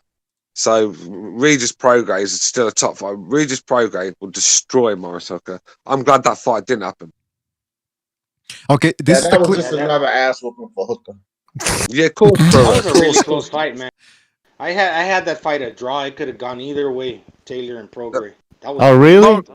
Morris is so technically bad, where Regis is technically very good, and he's, like I said, he's so busy. Regis, like I said, he just fucking overwhelms you with punches. You don't even, and I just think Hooker just nowhere near good enough to beat someone like Pro. A lot of the punches that Regis scored on Taylor were very sneaky on the inside. They are, short bro. Punches to the body. They're short punches. They don't look like they're doing much, but they're fucking hurting, mate. Trust me. Oh yeah. Stu, punches hard too. Stu Virtuoso said, Stu, are you suggesting Mo Hooker called Ramirez gay? I didn't hear that, bro. Say that again. I said Virtuoso said, Stu, are you suggesting Mo Hooker called Ramirez gay? What did he mean by that? I don't understand. I don't know. What you said something about him being gay. I don't know. I don't know anything about being gay. Maurice Hooker being or something. Oh no! Or something, maybe? Oh yeah. No, I know what he means now. Yeah. No, I wasn't actually talking about the gay bit. I was talking about the bit where he killed some fucker in a ring. That's the bit I was talking about. But look, yeah, I'm glad Prograis and Hooker. I'd like to see Prograis fight someone like. I think Baranchik against Prograis would be a tremendous fight. Something like that. That'd be a good fight for now. Yeah. Maurice Hooker's not beating any of those guys. If he was in that tournament, he'd have got his ass whooped earlier than what So Mr.BDA, I think, went to the bathroom or something. He'll be back. Let me just read some comments from the chat. Nordic Warrior says Regis Prograis would KO Hooker quicker than Ramirez did. What do you guys think? Yeah, he will. He will. Nordic Warrior's right. Tito Toledo says, I don't know, he's talking about Greg Hogan. I don't know why. What else people are saying in the chat? Yeah, didn't Hooker pull out of that fight? Yeah. The pandemic? I don't know. That's probably the best career movies ever made. What are we talking about now? What? Apparently Hooker was supposed to fight Prograis. I don't remember why they didn't make that fight or they canceled it. Regis hits hard. Regis hits harder than Ramirez. And let me tell you, so Regis would get like Nordic said. I think Regis would get Morris out there even quicker. Yeah, it's a bit sloppy sometimes, though. It's yeah. I know. Ramirez looks more fundamentally sound. Definitely, Ramirez does the fundamentals better. But Regis is quite unorthodox. I think Regis is quite unorthodox. Very, very unorthodox. Yeah, quick as hell too. I think that's what makes him dangerous. Mm-hmm. Prograis you get an orthodox fighter. You get an orthodox fighter with power. You've got a dangerous fighter on your hands, like Roy Jones, like fucking Prince Nassim Hamid in his prime. Them sort of fighters where you just can't prepare for them sort of guys. Dangerous guys. Left-hander to boot. Wow. Like Jimmy said. So go ahead. No, just saying he's a left-hander as well. Jimmy mentioned. Jimmy, what did you say about Prograis? He relies on athleticism. Well, Prograis, you can tell he's an athletic fighter. Guys who his work right, he's just very athletic. You know what I mean? He was a football player in high school. I think he played basketball too. So he's just a natural all-around athlete, and you can see a lot of stuff he does in there. Sometimes people do unorthodox stuff just because they have no talent. Then there's other guys who can do unorthodox that you wouldn't teach somebody. It's because they're doing it in an athletic move. Like he can put his hands down by his side and he jumps in and out. That's because of young legs too. Like you put it this way: how many unorthodox athletic fighters stay on top of their game into their late 30s? Not many, unless they change their style. Can I throw a wrench in there? Roy Jones. What happens, Jimmy? What happens is, mate, they slow down a half a yard, and that's the difference from slipping punches and getting caught. That's why Roy Jones. That's why they started catching up to Roy Jones and Hamid as well. Once they slowed down, Hamid was, believe it or not, really hard to hit in his early years. Fucking used to look brilliant defensively, but as soon as he slowed down that half a yard, he was getting tagged up, and that's the same. Because they rely on athleticism. You're right. Yeah, I'm not saying that I disagree with you guys, but one thing that I did notice in the Taylor fight, Regis' ability to move away from punches, to bob and weave, was really good. It looked quite polished in there, and ultimately, I think that cost him the fight because he was deciding to do that too much in order to get inside and score his short little deceptive hooks. But he looked pretty well doing that, right? Yeah, he did. Yeah, so what do you think? He should have just let his hands go.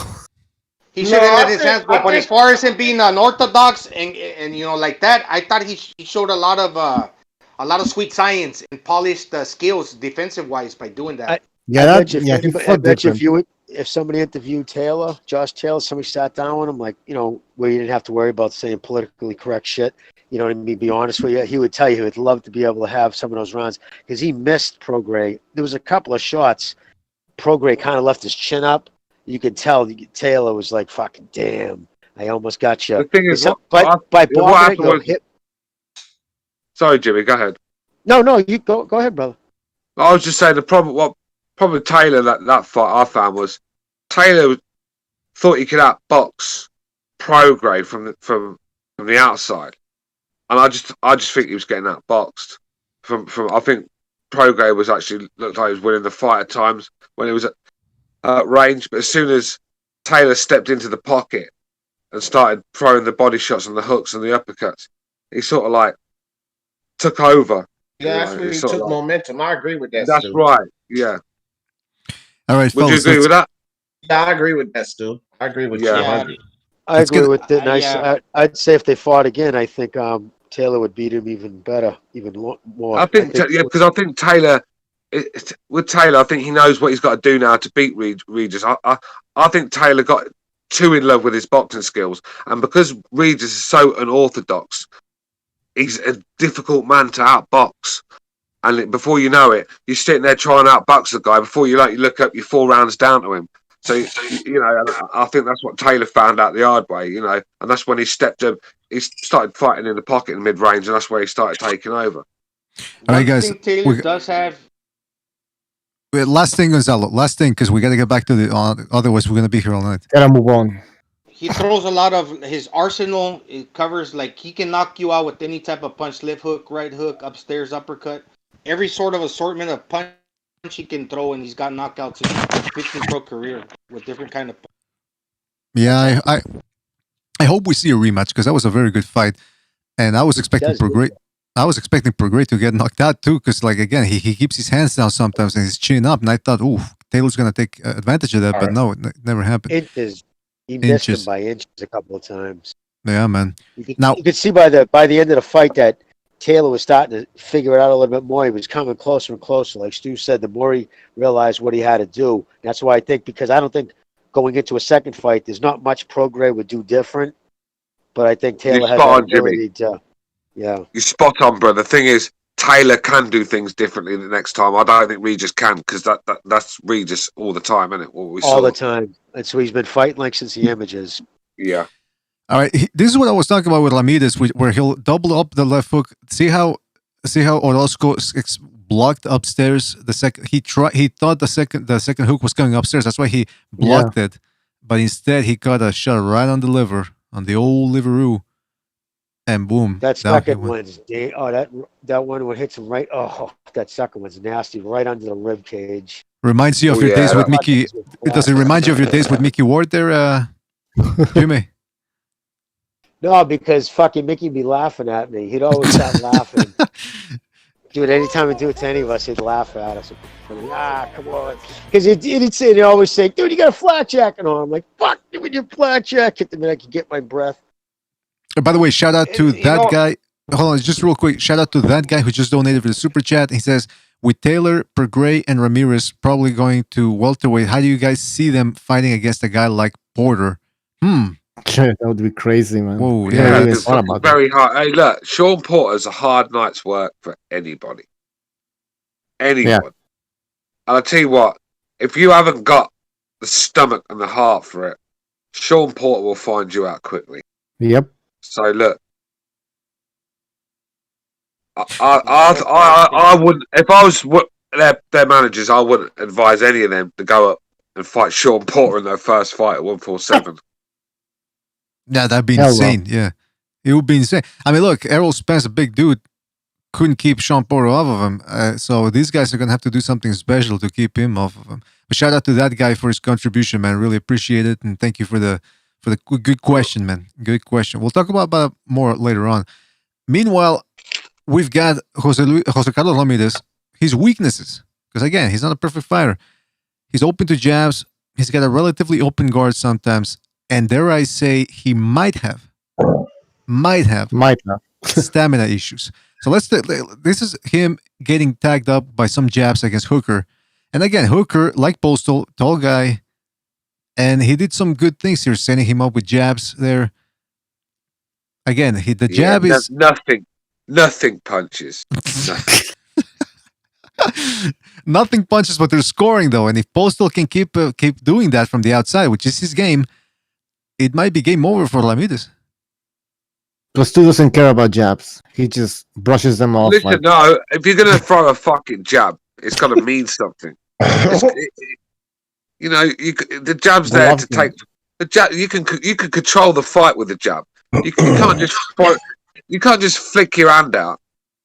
You know, just flick your arm out and just push it. He's pushing the jab actually, just doing nothing. Ramirez just, of course, he's going to take them and land his own. Still landing and keeping him off though. Oh, yeah. Good. You showed me a couple of clips. If you look at the end of the day, hey, it doesn't really matter. At the end of the day, what happened at the end? He was sleeping on the fucking ropes. Yeah, good point. See, like a lot of Hooker's jabs, he's just snapping them from the elbow out. Where Ramirez, when he throws his jab, watch him. He steps his foot into him. So boom. When somebody steps their foot, you want the jab. A jab should be more than just a scoring point. So, like Stu's saying, you actually want to try to hurt someone with a jab. You can too. You're not going to knock them out in most cases, but you can hurt somebody. You can make them think about running into it. That's exactly. The listen, mate, a stiff jab can rock you to your boots. Fucking Kovalev knocked Anthony Yard out with a jab, didn't he? Do you know what I mean? So Both times my nose were broken in the ring. Both times are from jabs. You ask the guys that got in the ring with Tommy Hearns what a jab could do to you, or who got in the ring with Larry Holmes what a jab could do to you. Great point, man. Yeah. Hey, Wayne Rooney got knocked out by a jab in his kitchen. No, So- no bullshit. Both times my nose was broken in the ring were from jabs. Richard Collins, and fucking this little fucking kid from Borica broke my nose with a jab. Fuck, man. Yeah, good jab. This is true. This is being flicked from the elbow, so it's a scoring blow. But the point is that this is something that Postol can exploit. Again, here's some more jabs from Hooker. See from how far away he can get that jab there. And Ramirez, this is in the 6th round. He got a little tired but in he's the not. 6th. Look. He's got to be following that with the right hand. Yeah, and Postol will. Postol will come with that hand. Ha! See how Ramirez Not is there. right there? Look. Postol will follow. That's where the right hand's got to be coming in. You know, you've got right to be there. that because the jab's not doing anything. You've got to make him pay with the right hand as well. Was he stepping back? Yeah, exactly. He's wide open. Bah, you follow up with that. Bing, Yeah. right hand. Postol's coming in with that, bro. He fought scared. Postol's coming in with that right hand. Yeah, but that's the thing right there. Look, if Hooker would have thrown that right hand, Ramirez would have countered him, and that's what he's expecting. That's why he's moving back and he's not committing. That's why he's Ramirez is scared. not committing. Because he's seeing that jab flicked out, that's blocking his vision, and he's expecting a right hand. So if he were to throw that right hand, Ramirez would re-counter him and commit as well. No, Gonzalo. I don't think I don't so. know. Because look at how You don't think so? no, because look at how Hooker backs off. Watch his feet. Watch his feet. They're gonna show it when he backs off. Watch. Boom. He's not in position to counter. Look at his feet. He's not in position to counter. Watch it right here. Look, he's in no position to counter, man. He had no intention of throwing anything behind that, and that was the problem with him in this fight. Hey, Gonzalo, if you was a trainer, I definitely think you'd overanalyze things. Do you know what I mean? I think you look too. I think you look too far ahead, sort of thing. With you just I understand what Gonzalo's saying, but in this, I understand what you're saying. You can't stop thinking that Ramirez is not an offensive-minded fighter. He's got offense in his mind. He's not just there to get punched. yeah, but Whether he's in position or not, once fucking Hooker commits, trust me, believe me, Ramirez is going to think about attacking because he's a pressure fighter. yeah, but not in this clip that we're watching. Ramirez is in no position to counter. I think. Look, he's leaning back. Of course he's not. He's trying to find his range. Yeah, this is not Fight Night Champion where you press fucking triangle square and X. Look, the point is the other point I wanted to illustrate was that here Ramirez was dropping his hands a little bit, and I noticed watching the fight by the 5th and 6th round, he was huffing, puffing a little bit. I think the pace got to him a little bit. I'm not saying he wouldn't have gotten his second win, but it's a little worrisome to be getting out of breath. Loading up on them body shots, mate. They take it out, yeah. Exactly. And this is what, okay, now here he's getting hit with right hands because sometimes he'll jab. Now finally Hooker's committing to the right hand, and see how Ramirez, who's offensive-minded, wants to come back with something, but he gets caught during that opening. So top of the head there, boom. But he comes right back though, because he's an offensive-minded fighter. So yeah. Here again, he's coming in, boom, gets caught with the right hand, and that's Postol's game. That's his bread and butter. Postol is gonna lure you in and catch you with right hands as you try to come. That was the best shot. That's the best shot that Hooker's thrown since we've watched this video. That's the best shot probably. But look, another thing with Postol is you see how Hooker hit him when he came with that 1-2. It wasn't clean. Postol's going to catch him clean. He's going to sting him, make him feel exactly. What did I say earlier on? I said the straight punches from Postol could be key. The stiff jab and the big right hand down the pipe. I mean, that could be key. Ramirez, like I said, he does leave himself open to big shots at times. You know, it doesn't matter. Even if Postol's not the biggest puncher around, if you get hit clean on the fucking button by him, he's putting you down, mate. Right. Go and ask Matisse.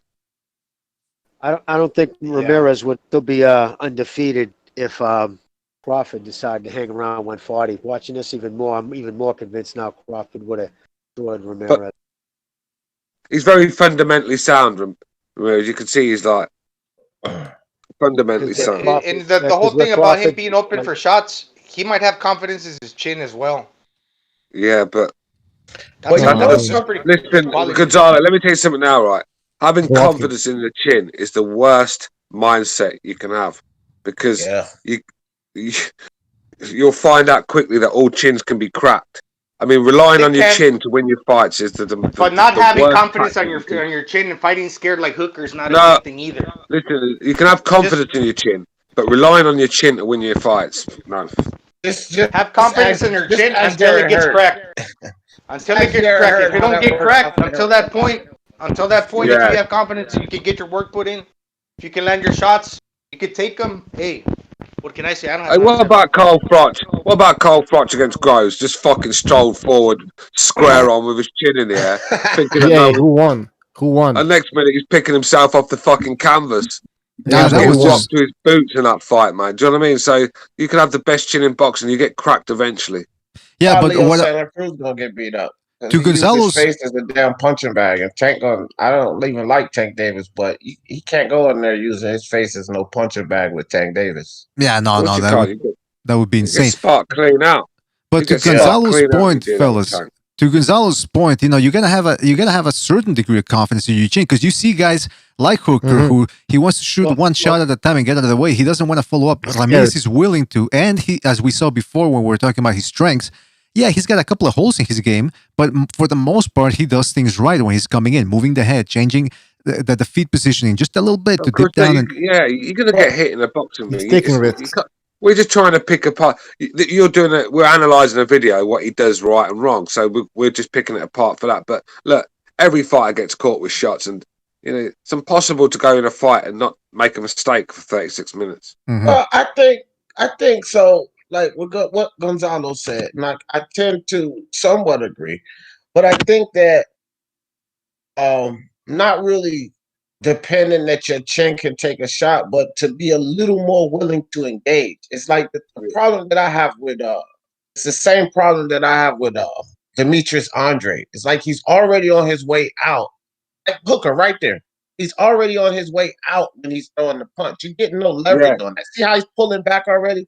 Demetrius Andre does that already. So they're not willing to engage. And if you're in combat sports, you're going to have to be willing to engage. So, that's a problem. Yeah. No, I agree with that. Some people take the don't get hit, the hit and don't get hit, but the don't get hit part too little. Yeah, really. Sometimes the best form of defense sometimes is it's offense. Look, the amount of times I've seen fighters trying to run and survive, because when you've got that mindset, it's hard to get out of it. You can't up the gears. So when you're getting your head caved in, you just can't up the gears, and it's going to be a horrible night for you. You got to go in there with the mindset of trying to win the fight. When you go in the mindset of just on the back foot trying to survive, the likelihood is you're going to get beat up. Mm-hmm. And by the way, if you're in this game and you don't have confidence in your chin, it's time to fucking take up tennis. Yeah, that's what B-Space said in the chat room. He made a good comment. He says, if you don't have confidence, bro, you get KO'd because then people just run all over you. Yeah, but I said you can have confidence in your chin. I'm saying you can't rely on your chin to win fights. There's a difference. Yeah. I got you. But you get it's again, like if you take the Buddhist principle, it's the middle way. You got to look for a middle way, 50-50. All right. But guys, you usually find the guys with the good chins, they get too hyped about their chins. I think their chins are uncrackable. And before you know it, they're sleeping. Like Jake LaMotta. Yeah, that's a good point. Paul Williams. Paul Williams himself, who's fucking in a bad state. I've seen Derek Chisora had a fucking... Chavez Senior. He had a good chin. Derek Chisora had a great chin until David Hay landed on it. He had a great chin, but he also had a good defense. Chavez Senior. Yeah. Well, today's fighters, I'll tell you right now, I'd put not to be like going the whole Gennady fucking. I heard that I couldn't talk the other day, but I listened to everybody. But Gennady does have a fucking, as he gets older, that might. But in his day, man, Canelo caught him with some fucking. I mean, remember fucking what's his name? Took him off his feet with that uppercut. He didn't even change his position. Tremendous chin. Golovkin's got a tremendous chin, man. Speaking of good chins here, we got Ramirez jumping in here. And now Hooker, like D. Jefferson said, every time Hooker punches, he's on the back. See how he's off balance, going backwards, so there's not that much in there. But he did catch him clean. And if Ramirez just jumps in there like he did, I guess, here against Postol, it's going to be a different story. What do you guys think? Yeah, here? I told you, mate. I told you. He doesn't leave himself because he loads up. And but see, not Ramirez. Hooker, that flailing that shot, bro. His feet not really even set. He's on the side of his foot. Watch when he land that hook. Look, he's on the side of his damn foot, bro. He's not. It's no weight. Remember I said earlier, guys. His weight transitioning is fucking terrible, bro.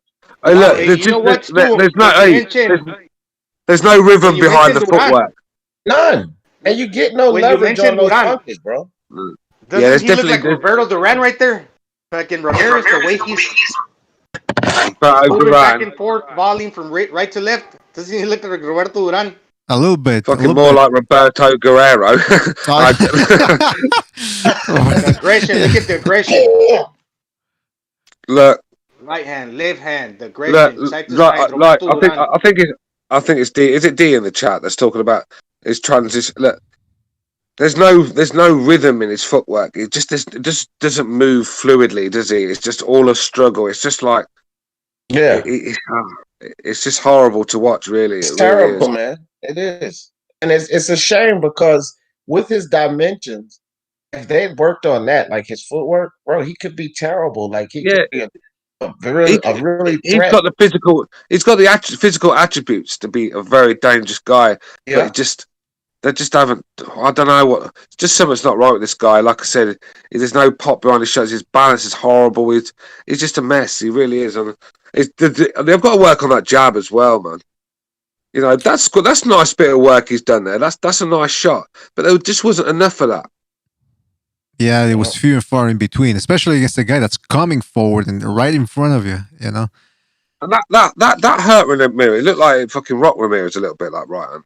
Well, this is a very dangerous. Yeah, he does have power, but when he's coming, you know, when he's got his weight forward, not backward. Now, here I guess this is a very dangerous situation for Ramirez, leading in with a half-fast left hook, and he leaves himself open to the side for a straight right to the chin, cracked him good. Yeah, and that look, if you watch Ramirez's legs, they do buckle a little bit. Look. Mm-hmm. Well, so wasn't he down in a fight before, Ramirez? He's been down, right? Pretty sure he. Let me see, man. But this is the problem.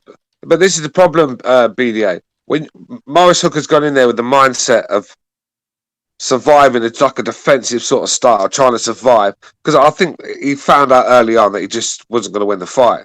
I think fighters know when they're in there. They know when you're hitting someone and nothing's happening and they're hitting you and it's fucking rocking you to your boot. You know, it's not going to be a good night for you. So, and I think that's what Morris took in that mindset I was talking about earlier. When you're in that mindset, it's hard to up the gears. But when Hooker's sitting there, planting his feet and sitting in the pocket and landing big right hands, he looks a bit better. Do you know what I mean? Than trying to fight on the back foot, looking sloppy with his feet all over the place.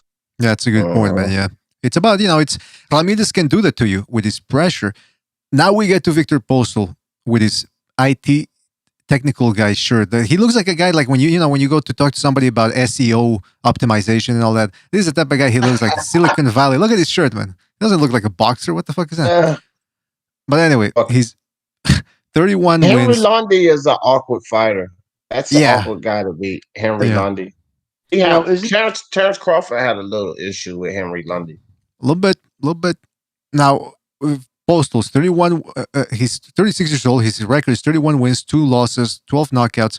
But don't let that deceive you. I think he can crack better than his record indicates. He's 5 feet with 11 inches tall, 73.5-inch reach, which is more than Ramirez. So he's substantially larger. Like D said, D said, Henry Lundy, good win. I haven't seen it in a while, but I remember Precise told me that he thought Lundy won. Is Hank Lundy a good win? Yeah, it is. It's a decent win, man. I mean, Lundy's got fast hands. He's awkward. He also beat Ivan Mendy, who had a win over Luke Campbell. Oh, Mendy, come on. Okay, hold on. He beat Selçuk Aydin. Now, you got to remember, you got to put this in context. Selçuk Aydin, he went to war with Soto Carras, and he gave Robert Guerrero a very tough fight. None of those guys could stop him. Meanwhile, Postol came in there and whacked him with a beautiful uppercut, dropped him. And then he beat Lucas Matisse. He's been boxing since he was 12 years old. Surprisingly, I can't find anything on his amateur career. I would have assumed, being from the Ukraine and so well schooled, I would have assumed that he would have been at the World Championships or something, but I can't find anything on the Wikipedia page. And he's trained by Freddie Roach. It might fucking be KGB. You don't know, do you? Yeah, he might have killed a whole bunch. He's like the Russian, the Soviet equalizer man or something. Yeah. He's got a couple. He answered only to Putin himself. All right. Yes. I misspelled strengths, by the way. I always do. He's actually killed people with cyanide, hasn't he? Yeah. I don't think, you know what I look at though, like what we got to think about with Postol, especially if Taylor goes on to get all 4 belts. It's like he lost to two undisputed champions. Mm-hmm. Like that'll be all of his losses to 2 undisputed champions. Like Crawford won 4 belts. Taylor has a possibility of doing it. That's who he lost to, all right? Nobody else. Exactly. Very good point. Now, strengths, I misspelled strengths. I don't know why I always do that. I'm not dyslexic, so I don't know what happened there. He's got good technique, great length, as we saw in his measurements. Stamina, I'm going to show you his stamina is pretty good, and he's got underrated power. Okay? So with jabs, this is against Josh Taylor. Now, I know Ramirez is not a southpaw, but again, this is the best opponent he's fought, Postol has in the last couple of years. So, jab. Look at those jabs. Getting through the guard, catching Taylor. He did this all night, by the way. It wasn't just 3 jabs the whole night. And he doesn't telegraph it. See how, again, that's the European style for you. He keeps his hand in front, like Golovkin, high in the air, and then all he has to do is just step into it, turn the shoulder, turn the fist, and catches you with a nice jab there. Sweetness. More jabs. And now compare that to Maurice Hooker's jabs. You know, like, the only thing I don't like though about Postol, he drops that left hand after he jabs, which is not something you'd expect from a guy who's well schooled, but I guess he's just that comfortable in there. This is against the very dangerous Matisse. Again, notice how he's got the look at the Postol's left hand. See how it's right? That's the classic European style, very extended. And so all he has to do is step in and boom. He doesn't telegraph it all that much, and Matisse does not see it coming.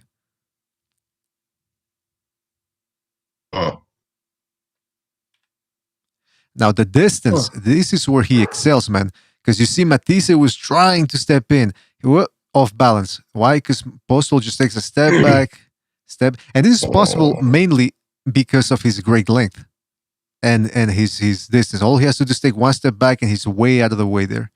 Yeah, and the thing is, when you see Ramirez, who was lunging in, Postol can make him pay for that by like a little lunge back and follow through with the right hand. Mm-hmm. Yeah, like I said, if you go back and watch the Ramirez clips, he was lunging in a lot, to get inside. Yeah, like both guys know what's gonna have to happen. Ramirez is gonna have to go in there, and Postol is gonna try to box from the outside. Like that's. I would be very surprised if either Ramirez decides to box all of a sudden, or if Postol tries to slug it out. Fight Ramirez inside. No. That would be bad news for him. It would be bad news for him. Now look at this. I don't think Postol would even know where to start when it comes to fighting on the inside.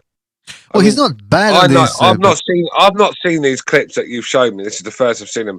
But I can assure you, there's no hooks and there's no body shots in these clips. Oh, you'll be surprised though. You will be surprised. I'm a bit surprised with like. That's right. I probably will be, but it's just very Klitschko-like, isn't it? Yeah, that's the thing though. It's not. Look, listen, you wouldn't really want to have Postol in your main event as your main event in the pay-per-view because he's not gonna light up the arena. But it's good, solid work. Look at how he's throwing just throwaway shots, keeping Postol Matisse. That's classy work, bro. That's classy work. There's no doubt. Like I said, when his straight punches are world class, and he's going to make Ramirez pay when he's flying in like that. Mm-hmm. So yeah, that's going to give him a chance. But look, you just got to mix it up a bit at the top level, and I just don't think he's got enough in his arsenal. That's what cost him against Crawford. just didn't have enough. You ain't going to beat Crawford throwing a jab and a right hand all night. Right. So, But it's very economical what he's doing. He's not wasting energy. He's moving around, keeping Matisse at bay, able to touch him. Meanwhile, Matisse can't touch him back, and he's worried there. He doesn't know when the big punch is going to come from, or when it's going to come. So it's very smart from Postol there. It must be a nightmare if you're a 140 pounder who, you're 5'6" tall or something, and you got to fight this fucking beanpole. It's got to be a nightmare. I tell you what though, that's like watching a little Vladimir, man. The way he's throwing them shots and stuff. Yeah, his feet and look at his very feet, Vladimir. Man. Look at his feet, man. Pivoting, keeping him turning, jab, step back, still in balance to come back with 2 more jabs. It's like fencing. It's a very amateur Olympic style. Yeah, I was gonna say that, man. Fencing. Yeah, but the Ukrainians have got that mastered. This is where I got to say that. Look, okay, Postol, he's like a fencing style using the jab, but then Ramirez does a lot of work with the lead hand too. He's kind of keeping him in that bay because he knows that Matisse is a power puncher with that trail hand. But most of the work that Ramirez is with the lead hand. So even though he uses that jab, Postol throws that jab, Ramirez is right there also with jab and his variation of hooks that he throws. But Postol Postal's going to get hit to the body. I think that's the best place for Ramirez to work the body. He leaves his body wide open, Postol, and I think you try and headhunt Postol or not. I think it's going to be quite difficult. Josh Taylor found out you're not going to just go in there and fucking start landing bombs on Postol from the bell. Exactly. He's a clever customer, man. Yeah, Ramirez is going to have. I like that phrase. Yeah, Ramirez is going to have to work his way in, man. All right, this is against Taylor. Now, see how Taylor was coming in. He wanted to step in, but whoop, he caught a right hand. Very reminiscent of the clip we saw with Hooker when he caught Ramirez coming in a similar fashion.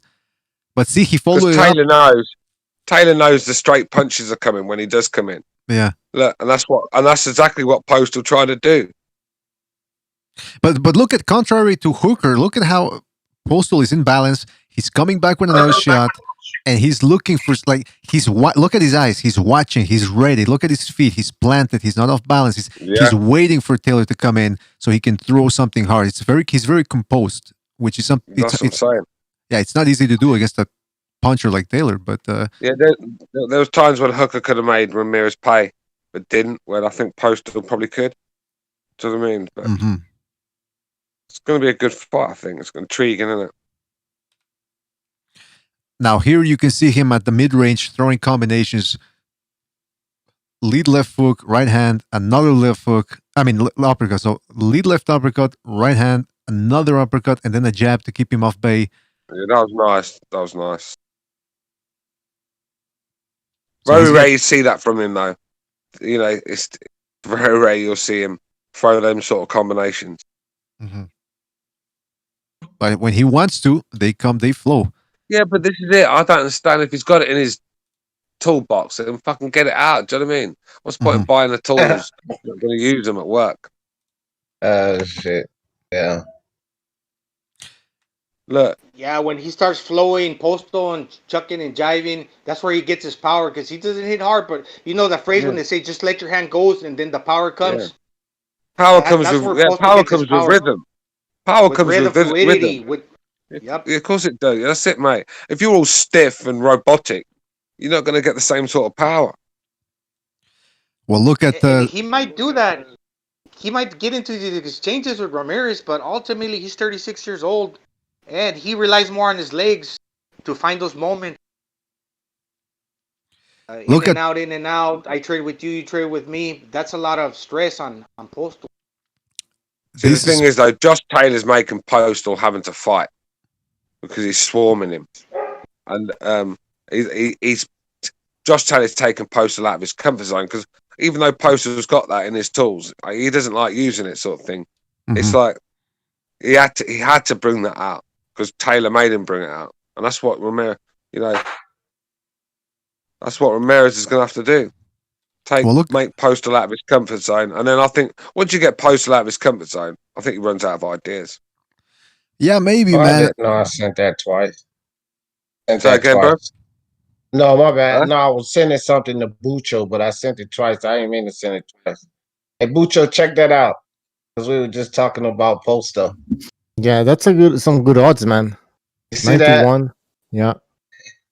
And I just put that ticket in because the other two fights are UFC fights, but they're actually two good underdog picks. I expect those guys to win. But just on a whim, I said, let me throw this ticket in. It's just a parlay, right? Now, like I said, the other two fights are probably good. The UFC fights. Yeah. It's just I don't the odds I found those odds for those fights, but those two guys are probably good on the upset. But should Victor Postol win, and it's a long shot, then I win $461 off of a dollar bet. Oh. Oh wow, that's a lot of. But That's what 43 that to 46 to 1 odds. Wow. What's that? No, What did you say? 46 to 1 odds. If you put $1, you win 460. Yeah, it's 4,610. If you put $1. 461, I meant You know, 461. I have no idea what you guys are talking about. I'm not a betting man, you see. I just don't bet. Never have done. I have no idea. It's a parlay ticket, so you got to get all three fights. But I only bet $1, Stu. Yeah, and dollar mate, on 3 fights. Hey, mate, it's Right. worth a try, innit? It's worth a shot. Right. Of course it is for $1. What you're losing. But A yeah, buck. that clip that BDA is showing now, it's just showing that. Actually reminds me about that. Josh Taylor, even though as good as he is, he has been hurt in most big fights. He's there. He can be hurt. Well, he has been, isn't he? He's got hurt just there. I know fucking Prograis hurt him. You know, Baranchik hurt him. You know, he's been hurt a few times, so he can be beat definitely.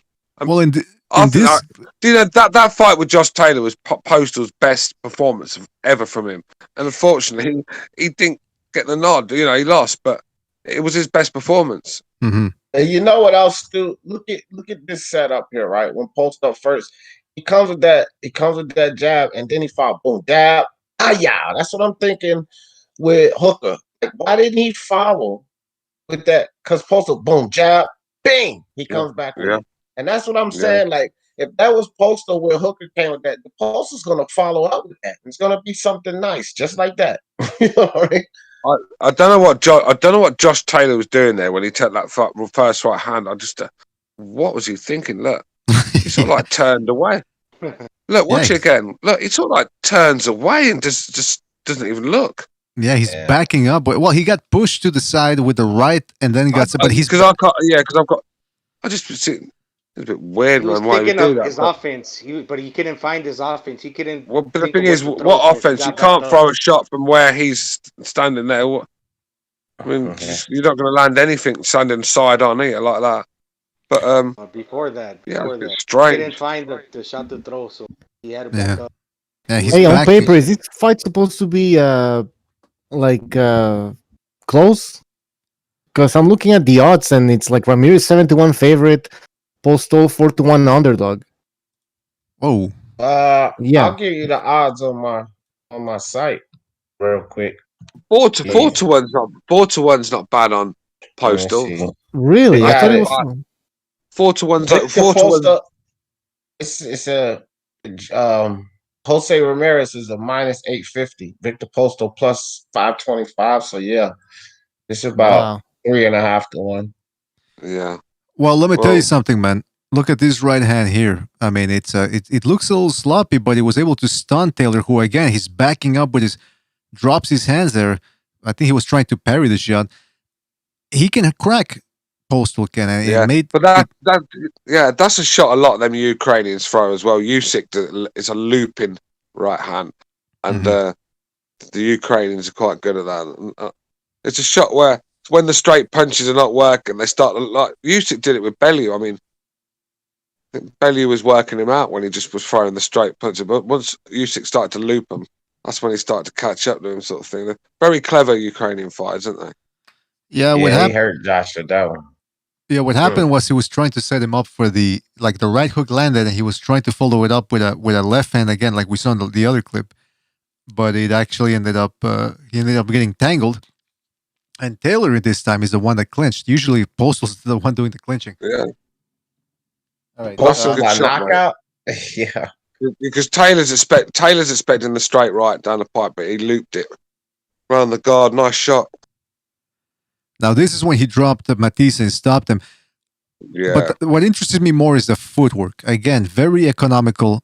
Just a step forward, step back, boom, catches him coming in. Feet planted, wide stance, and a lot of power behind that shot. Right on the what was it? The orbital bone, I think, which ended up breaking. Yeah. Very sneaky puncher, this Postol, right? Was that Gonzalo? Very sneaky puncher, Postol. I've been noticing that right now. And no one gave Postol a chance in that fight as well. I remember everyone saying Matisse is going to knock him out, but guys, do y'all think this fight ends? Matisse showed his true colours in that one. I think this fight goes before the distance, or it ends. It goes the distance. I think it ends before 10th round TKO Ramirez. 10th round TKO Ramirez. Hold on, he's 36 years old. He has never been stopped, right? Nope. Okay, so I know the age. Yeah, I mean, what evidence has Ramirez showed you that he's got the power to get him out in 5? Maurice Hooker. Come on, man. Hey, whoever. Okay, who said 10th round? I say Ramirez. 10th round TKO. All right, well, 10th round TKO by Ramirez. If you bet 10th rounds plus 2,500. Yo, no $100 on that. And then if you just say when the fight would end, if you bet it that way, which is also the 10th round, is plus 2,000. So you might want to think about betting that. or take a round grouping. I have a bet 365 between rounds between 7 and 9, 7.5 to 1. Well, I don't know a lot about betting, but I can tell you one thing. Yeah. Don't be betting Postol on points because that ain't gonna happen. No, 9 to 1. Another good bet. I didn't mean to cut you off, Stu, but that's another good bet too. Bucho, it's Ramirez to win, right? Round 10 through 12 plus 1,100. So you bet $10.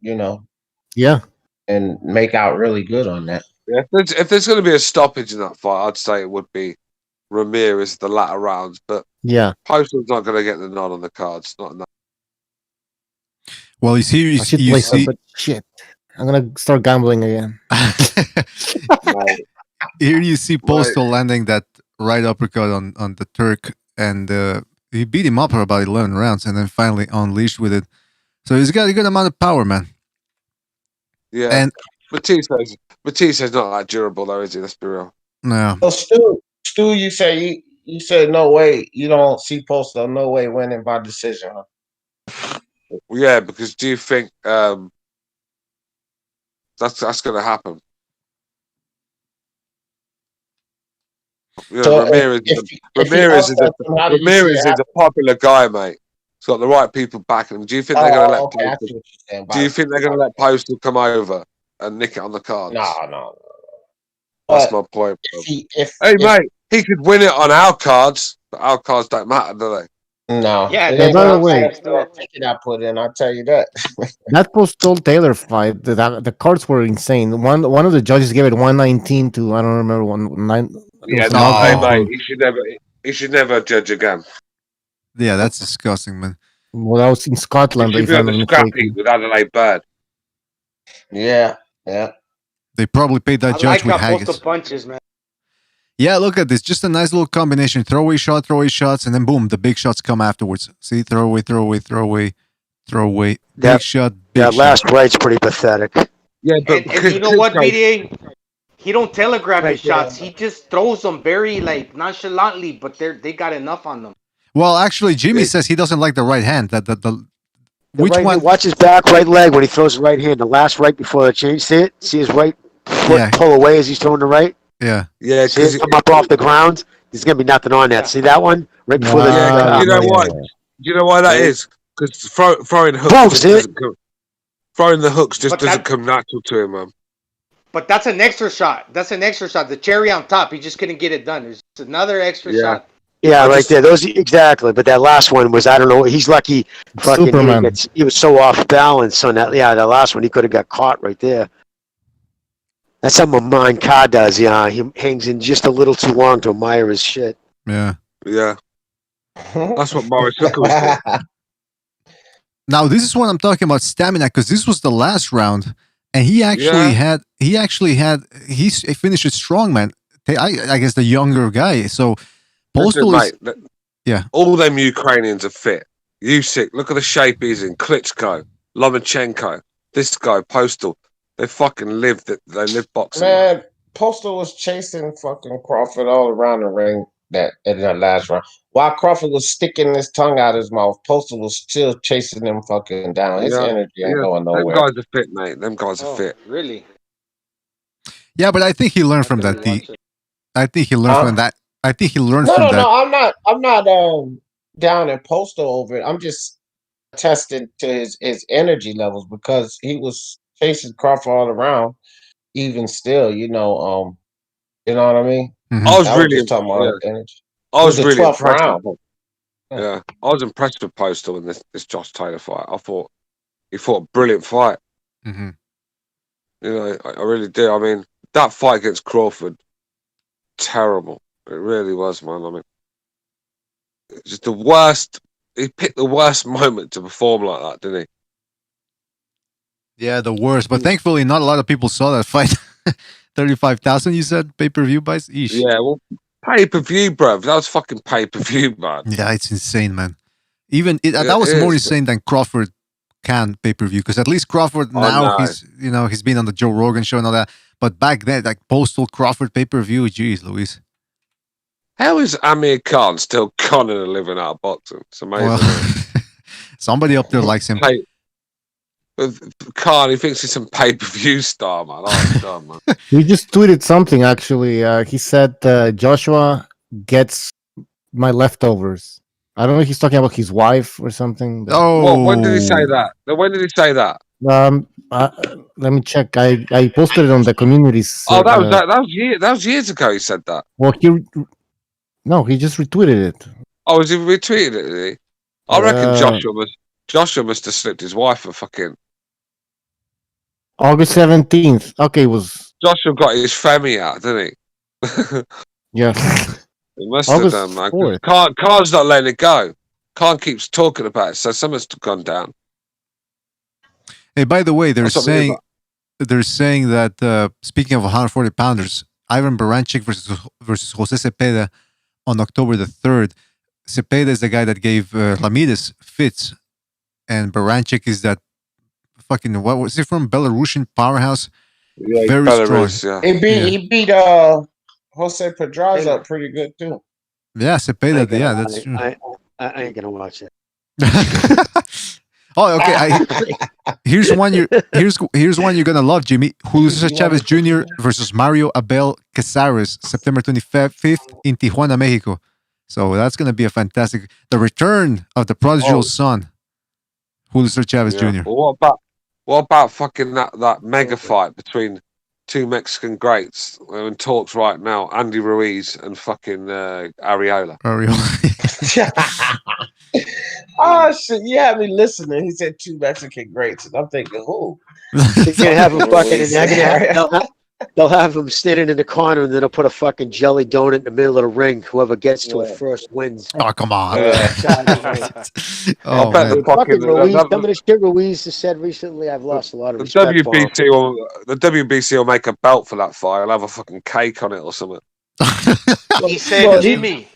He ran his mouth about Dillian White. I thought was a little what he said about Dillian White disrespecting boxing. I was like, what? Dude, the biggest fight of your fucking life. What's that, brother? He said he shocked the world. Again, he keeps on with the same story.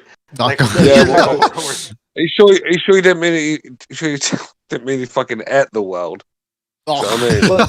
I mean, man, you guys for him, all the things to say, for him to talk about the degree of what another fighter treats the sport with, what level of respect. For a guy who comes out of nowhere, is a fucking talented kid, but no matter what, he was a sparring partner and tripped his ass into a fucking Joshua fight, pulled off the fucking shocker of the world, all the power to him. Yeah. So now he's got the fucking oyster, he's got the world by the balls, and the kid goes to fucking Jimmy Chongas. Are you kidding me? Yeah. Fuck out of here. Yeah. Done. I'll never watch him fight again. And then we get to on top of who has respect. Did you see his Thanksgiving spread, bro? he had a video out showing his Thanksgiving spread, and he was smiling from ear to ear. And that fucking table had so much food packed on it. I'm thinking to myself, look at this bastard, man. Got a fight coming up. Listen, it happens. You get wealth. What happens was he got too much wealth too soon, and he couldn't handle it. That's what ended up happening. Yeah, Because bro, he was sleeping in his way. car. Yeah, 2 months exactly. before the Joshua fight. There's no way anybody that talented, because the kid's a talented boxer. You can tell he's a gym rat, right? You can tell he's been around the sport his whole life, fighting obesity probably his whole life too. But it was the gym cash. rat. There was too much cash. Yeah, but gym rat's not the word I'd use. Jim Pig, maybe, is what you're getting at. Yeah. Jim Pig. And his entourage is a whole bunch of fat asses running around with them. Yeah, that's true. Would have been better if he got himself into coke. At least he would have kept the weight down. What do you mean he was on the coke? What do you mean he was on the coke? Yeah, Yeah. he was on Loads the coke of when he stuff. went to Guadalajara. He was going out with the Mexican politicians, and he was doing coke up there. Of course he was, Oh, was man. he? Not enough. He was sniffing lines off his nipples, mate. Should start smoking it. All right, listen, fellas. Okay, so with Postol here, the weaknesses. I'm just gonna try barge through them. He can get roughed up on the inside. He's got no inside game. See how he's like Klitschko. Once he gets on the inside, he tries to clinch. He's got no inside game at all. I said that. He tries to clinch, and if it doesn't work out, he gets scared, and then he gets caught pulling out. Yeah. And that's when Josh Taylor worked out that he had to fight inside to beat Postol, because Postol was bossing from range again. So Taylor's nowhere near as good at range as he thinks he is. Mm-hmm. He thinks he is. He isn't. He's a lot better fighter when he sits in the pocket and lets his hands go. That's when he's more vulnerable to big shots. Obviously, he's going to get hit doing that, but I just think he's more dangerous when he's doing it. Yeah, Postol's that typical Eastern European, fucking very upright, has his fundamentals, his 1-2, good jab. When you get in, you start fucking dirty boxing, they get lost. Yeah, case in point here, he tries to an awkward clinch and gets caught with a left hander on the inside. So he gets caught while he's trying to... Yeah. All right. No, I was joking, sorry. That's all right, as long as you're okay. Yeah, no, he doesn't, he just, because, if you just look at training video, right? Like, you grab a training video of, go to any UK gym, everybody's very upright, and they're all working their fundamentals. Same thing even in hockey. They don't fucking do a lot of the goofy shit the Canadians and Americans do. Huh. But it's very, but you go look at a fucking gym rats down in Southern California and shit. They're up in a corner and they got their heads on each other's shoulders and they're digging the body. Like your Ukrainian coach would stop that, knock that shit off. That's, they want the fundamentals. Mm-hmm. That's a good point. Because remember, they also trained for amateurs for so long because it was communist, right? So for so long, up until you figure maybe this next generation of European fighters, I think that'll eventually start to change, because now your Ukrainian kids who are entering boxing are looking at it as a way as a living, as a way to earn money. Before it was for rank in the military. You were in the army. You fought for the fucking military. It was all amateurs surrounding, and you didn't gain financial benefit, but you gained military rank. You got a better apartment, better car. So the coaches were always teaching a style that was best suited for the amateurs. The thing is, back in the day when obviously when the Soviet Union was around, the amateur style, they didn't score body shots. You just didn't score points of body shots back then. In the amateurs, they just didn't. I don't know why. They would once in a while. Well, I would think, and again, this is just my opinion. If I was training the kids and I was strictly training for 3 rounds, right, for the amateurs, right, a body attack, body game that's like money in the bank. You're depositing for later. Yeah. That usually, you know what I mean. They hurt just as much. Oh, exactly, exactly. But when you're trying, like you said, and for another reason, because a body shot, another thing what's weird about the amateurs, you're in an amateur fight, you catch someone with a shot, boom, they drop to the ground. The pros, that's a 10-8 round. In the amateurs, that's just 1 point. So you get out on your feet, you throw a jab, you catch them with the white part of your glove, it's 1-1. So there's a lot of ways you teach different. And I think that Postol, Postol looks to me like someone who was trained many years for 3 rounds. That's he's got that European style. And here, what I'm illustrating with the clips here is that he if you change levels on him, he drops his hands with you, and I think that's gonna give Ramirez some chances with some overhand shots, hooks, overhand rights. Here again, look at how he drops that right hand. Look at that. Boom, gets caught on the inside with an overhand left, and then this is where he got dropped against Taylor. He didn't really drop the hand there, but it's just he's not at ease on the inside and ended up catching an overhand left right on the forehead, and it was enough to drop him. So definitely, I think we all know Ramirez has to fight on the inside. That's the end of the presentation, by the way. But that's what he has to do, man. He has to fight on the inside.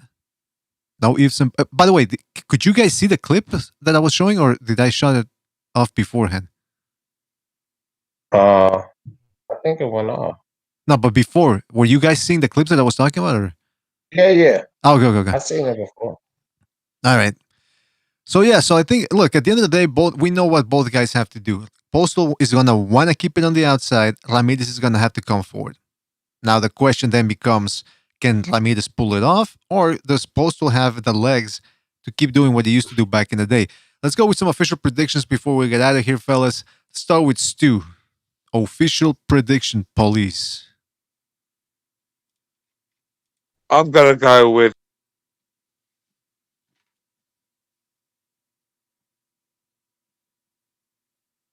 He's keeping us in suspense here. Let's go to Butcher first, then we'll get back to Stu. Butcher. Did you just do that on purpose? No. I don't think he did. Yeah. Did you want me to break it down then? Yeah, just don't take too long, obviously, because we got to go. But Okay. Yeah. Well, look, I think work rate could be the key for Ramirez. I'm not sure if Ramirez has got the power to take Postol out there with one shot. I think he's probably gonna go the distance, and I believe that they've got that covered, like with the judges, if you get what I'm saying. So Postol's gonna have to get the KO for the win, and I don't know if he's got it in to do that as well. Ramirez is a tough kid. Very close fight. It's going to be a clash of two different styles, but for me, I think Ramirez probably nick it on the cards. Okay, so I'm going to put you down for Ramirez decision. All right. Butcher, you want to go ahead? All right, let's go to Jimmy. Jimmy, prediction time. All right. I would like. I'm with Stewie. I don't think Ramirez has the power. I mean, if Crawford didn't stop Postol, a lot of guys hit that. And like even that shot there, Taylor hits harder than Ramirez. I think that he didn't stop him. So I think it's going to go to the distance. But judges suck nowadays. I mean, even if there's always that one judge with horrible. So I hate doing just generic 12-round decisions. So I like to do something because I don't really keep score of how I'm doing. So let's go out there. And I'm going to say Ramirez by split decision. Oh, okay. I'm going to say one judge, even if it's fucking Ramirez really beats him. One idiot judge will give it to Postol, right? Just to be so. I'm going to bet on there'll be a bad judging. yeah, probably. Yeah, that's right. Smart. That's smart. So I'll go Ramirez split decision. Why not? Just to fucking do something different. So we're not all doing this. There you go. All right, Jimmy, split decision. D, how about you, man? Yeah, I have Ramirez by UD. I just think that he's going to be able to find success inside. I think he might hurt Postol a little bit. I don't think he's gonna knock him out. I don't think he's gonna knock Postol out. I think he might hurt him up a little bit, impose his will, and pull off the split or unanimous decision. I'm gonna pick him by unanimous decision. Jose Ramirez. Okay, everybody's going with Ramirez so far. Gonzalo, how about you, man? Yeah, excuse me. I'm eating chile in the morning. I'm sorry. Oh, jeez. Okay, I think he gets the TKO because he needs to make an emphatic statement to make that fight happen with Taylor, and I think that he's 36, while Postol is, and although he's got good legs, Ramirez is a pressure fighter, And I think Ramirez can fight from the outside and can also fight from the inside. Whereas to what you're saying, BDA, yeah, Postol can only fight on the inside because they're only like an inch apart in dimensions and height and reach. So I think Ramirez can also fight from the outside, especially since he uses the lead hand to throw a lot of punches. And so I'm picking Ramirez. Let me just finish my prediction, D. All right. I value what you say, but I value what you say. Don't think I don't. I think Ramirez knocks him out in the 10th round by TKO. Not a one-punch knockout, but just the fact that he's got good stamina is going to pressure him. It's going to pressure him. He's going to stop him to make an emphatic statement. Although this never happened, that's my pick. Whoa. Yeah, I should have just shut up and listened because you answered my question. I was gonna ask you what round you think he stop him then, so you answered it. No, you had to know. I would say that. Yeah, you had to know he was going to give us a run. Was that Bucho? Placing a bet. Yeah, I am. I'm placing the bet on what Gonzalo said. I just picked. You're gonna blame Gonzalo? Jose Ramirez to win between 10 and 12 is a plus 1100. Yeah, that's a good one, man.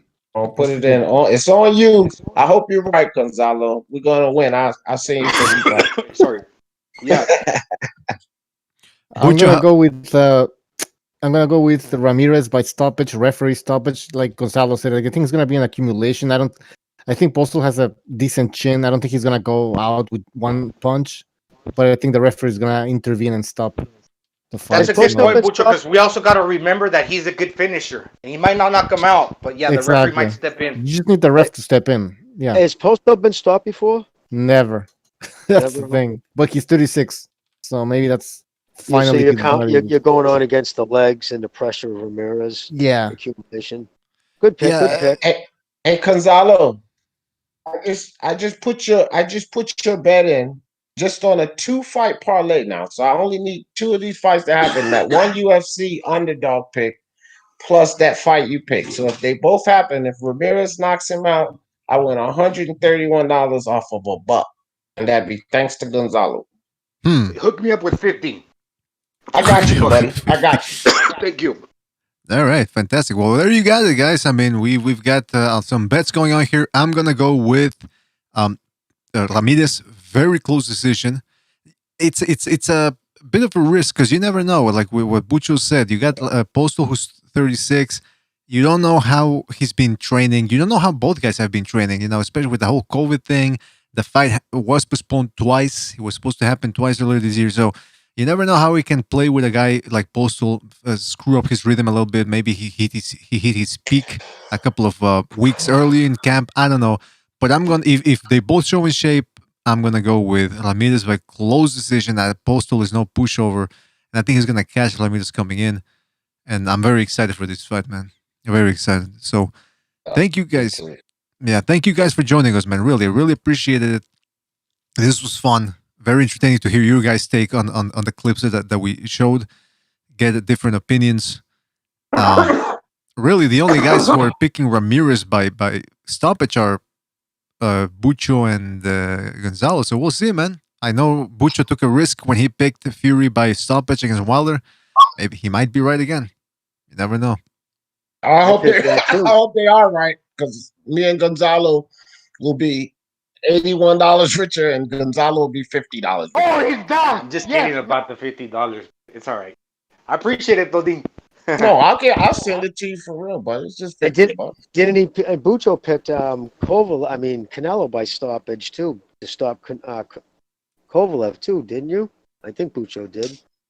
Wasn't he the other guy? There was a few of us who picked Canelo by stoppage. No, I didn't pick Canelo by stoppage. Should have said yes, man. Somebody else.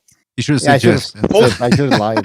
Yeah, just lied. Yeah, COVID, we're doing pretty good, Bucho and me. I picked Povetkin as well. So I got the Povetkin and I got the Joe Smith.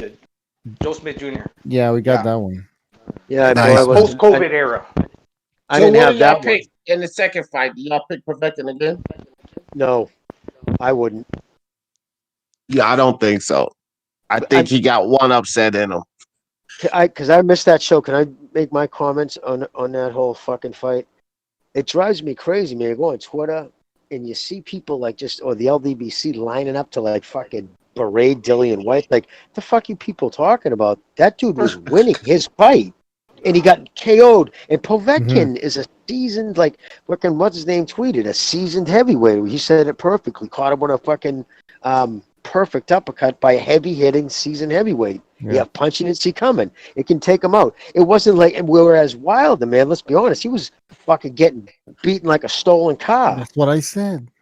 You know what I mean? And then he got it. So it's like over 19 rounds, he's lost 17 out of them. And it's like his fans are trying to belittle Dillian White. It's like, what the fuck are you talking about? Jimmy, yes. Dillian White can go into that rematch with Povetkin thinking, I was winning the fight, I dropped the guy. You know, I just need to fix certain things, right? Wilder, on the other hand, goes into that Fury third fight going like, what the hell do I have to do now? Because he completely dominated me. It's not going to be a third fight. Wilder can't do a goddamn thing. Wilder's ass is getting beat again. He needs to take the step aside money and go running away. Exactly. He's not going to take that. He will take that step aside. He's not taking that. I hope so. That would be a smart move. No, I think opposite, bro. I think he's stupid enough to take the fight. Let me explain. Because he's not very bright concerning the business. And obviously, whatever they tell him, somehow he buys into this stupid shit. I think he's dumb enough to take the fight because they're going to convince him, hey, even if you lose, we can get you a couple of fights after that for millions of dollars, which they probably could, even if he does lose. So he'll be stupid enough to go in there because it's a big paycheck and get embarrassed. His stock will drop and he'll be fighting for like 2 or 3 million. So do you think his management team is just telling him, you know what, just take the fight? Yeah, right. Because you know what? That means coins in their bank. They don't give a shit about Wilder. Listen, if I have a buddy of mine who's into boxing, right? And he's also a psychologist. I've talked to you about him before. I mean, he really gets into it. He breaks things. He said that video he made, post-fight video, the first one, your king is here, I am here, and that bizarre fucking, you know what I mean? Like, he goes, your king is here. Motherfucker, you ain't my king.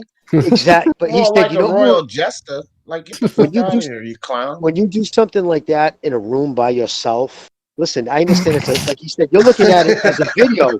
He said, think about it. He goes, exactly. He said, we're looking at it like, okay, it's a video, thousands of people are going to see it. But at the time he did it, and the time he was talking like that, he's in a room by himself. Who is he trying to convince by talking like that? His confidence in every capacity was shooken to such the core that he come out with a video like that. And then he starts going into this fucking mindless diatribe about, well, you think I'm a down? You think I'm not coming back? Like, dude, who are you talking to? Jimmy, that was so telling. Jimmy, the fact that Wilder hasn't come out with any new videos for a long time, do you think he was told by his entourage, hey, listen, keep it down, like, don't say anything? Oh yeah, I think that's definitely a tactic. Well, I found out for sure Marcelo, his brother, is the one who was feeding the LDBC. It was coming from him, and either leaked shit. And how I heard it went down was this: the doctor, the emergency room doctor he saw, the original doctor. Listen, when you're seeing a doctor doesn't, he's a surgeon or whatever, and if he sees a wound, the swelling, blah blah blah, it could have been something when he went. And no, this is when he went and saw his a doctor for his ear and whatnot. And of course, doctors will try to frame something for you, put it in, so the doctor would say, yeah, no, this is a bad injury. You know what I mean? Normally, we don't see this type of injury from just a fist. Usually, it's somebody's been hit with something. Meaning, they don't usually see 6'9", 275-pound professional fighters punching each other. Yeah. So he might have said to him, we see injuries like this. Right? Exactly, right? So the doctor probably said to him, yes, I've seen these injuries, not usually by a fist. Usually when we see an injury of this magnitude, something's been hit by a foreign object. Right? Jimmy. So Wilder then tells his brother, who might have been in on the room, hears that, then starts telling his LDBC boys, the doctor even said that wasn't done by a fist. You see what I'm saying? I don't think the doctor. If the doctor would see the fight and he would see that that Wilder got hit by a 7'9", 270-pound, he would be like, okay, well that makes sense now. Yeah, exactly. Jimmy, I gave Marcelo a special shout out for that. I did a little segment. It went a little something like this: Marcelo Wilder, you idiot. That's what it was. All right. And on that Mucho, note, you said 7'9". That's like a Netflix, man. He's a fucking giant. And on that note, fellas, on that note, we gotta go. But thank you for joining us. Really appreciate it, man. Can I say one thing, BD? Peace out, guys. The last sorry. Hey, one thing to Jimmy. You know when you said something about weapons to Jimmy, that's how I imagine Jimmy, like outside his house with like a shotgun or a gun, like waiting for the Antifa dudes. Well, in my mind. Well, hey, the dog's going by, but right here, I mean, oh shit! I'm in the middle of it. I'm cleaning the plastic fantastic. It's I roll this. It's like block 17. You get him, buddy. You get him. Dude, I got an arsenal. It's crazy. My girl's nuts. She builds them. It's crazy. Fellas, thank you for joining us. Really appreciate it, man. Really appreciate having you on. It was fantastic. I want to give a shout out to Stu. I want to give a shout out to D. Jefferson, Gonzalo, Jimmy, of course, my co-host King Bucho for joining us on this. It was very fun. I had a lot of fun. We're gonna do it again for Lopez Lomachenko. That'll be fun. Oh yeah, it's gonna be. That'll be real fun. Breakers will be more. Yeah, that'll be awesome. And we got to figure out how to get you. I had a good time. Thanks for having me, man. Oh, thank you, man. Thank you for being on. And I also want to give a shout out to Chris K, Virtuoso, and that guy for the contributions via the super chat. Guys, thanks a lot, man. You really keep us afloat with those contributions. They go a long way. Don't forget to like and subscribe if you haven't already. And Second Renaissance says Rick Rocca. Next time, man. Next time. We're going to come back with one soon. And that's about it, fellas. Thanks again for joining us. Really appreciated it. I'm going to give a shout out to Virtuoso, that guy, Rick Rocca, Reese Mack, Marcus R, that guy. Dead Game Boxing in the house as well. You Big Dummy, White Devil, Virtuoso, Don Hearn, and many more, guys. If I missed anybody, Israel Diaz as well, Marshall Ministry, Official Scorecard Boxing, Zapata Boxing. Guys, thanks a lot for being on. Abandon the Annihilator, B-Space. If I missed anybody, I gotta go. But thanks a lot, fellas, for joining us. We'll catch you on the next one. Take it easy, folks. Enjoy the rest of your night. Disappointed in every one of you. I'm sorry, I don't mean to offend you. I'm disappointed in every one of you. I kiss you on the mouth. No, I'm not cool with that. Just, I'm sorry. One more time. I'm disappointed in every one of you. I mean, I'm dealing with degenerate animals. I'm disappointed in everyone. Totally disappointed in everyone. All right, come on. Honestly, I can't do it, man. I'm disappointed in everyone. Let me tell you why. It's gonna be all right, Nicky. Go ahead, shoot. You just killed a little fucking man. What are you going to do about it? Yeah, because you got nothing. You don't got a thing. Yeah, because you got nothing. You got nothing. I want to get out. I want to get out of this rat hole.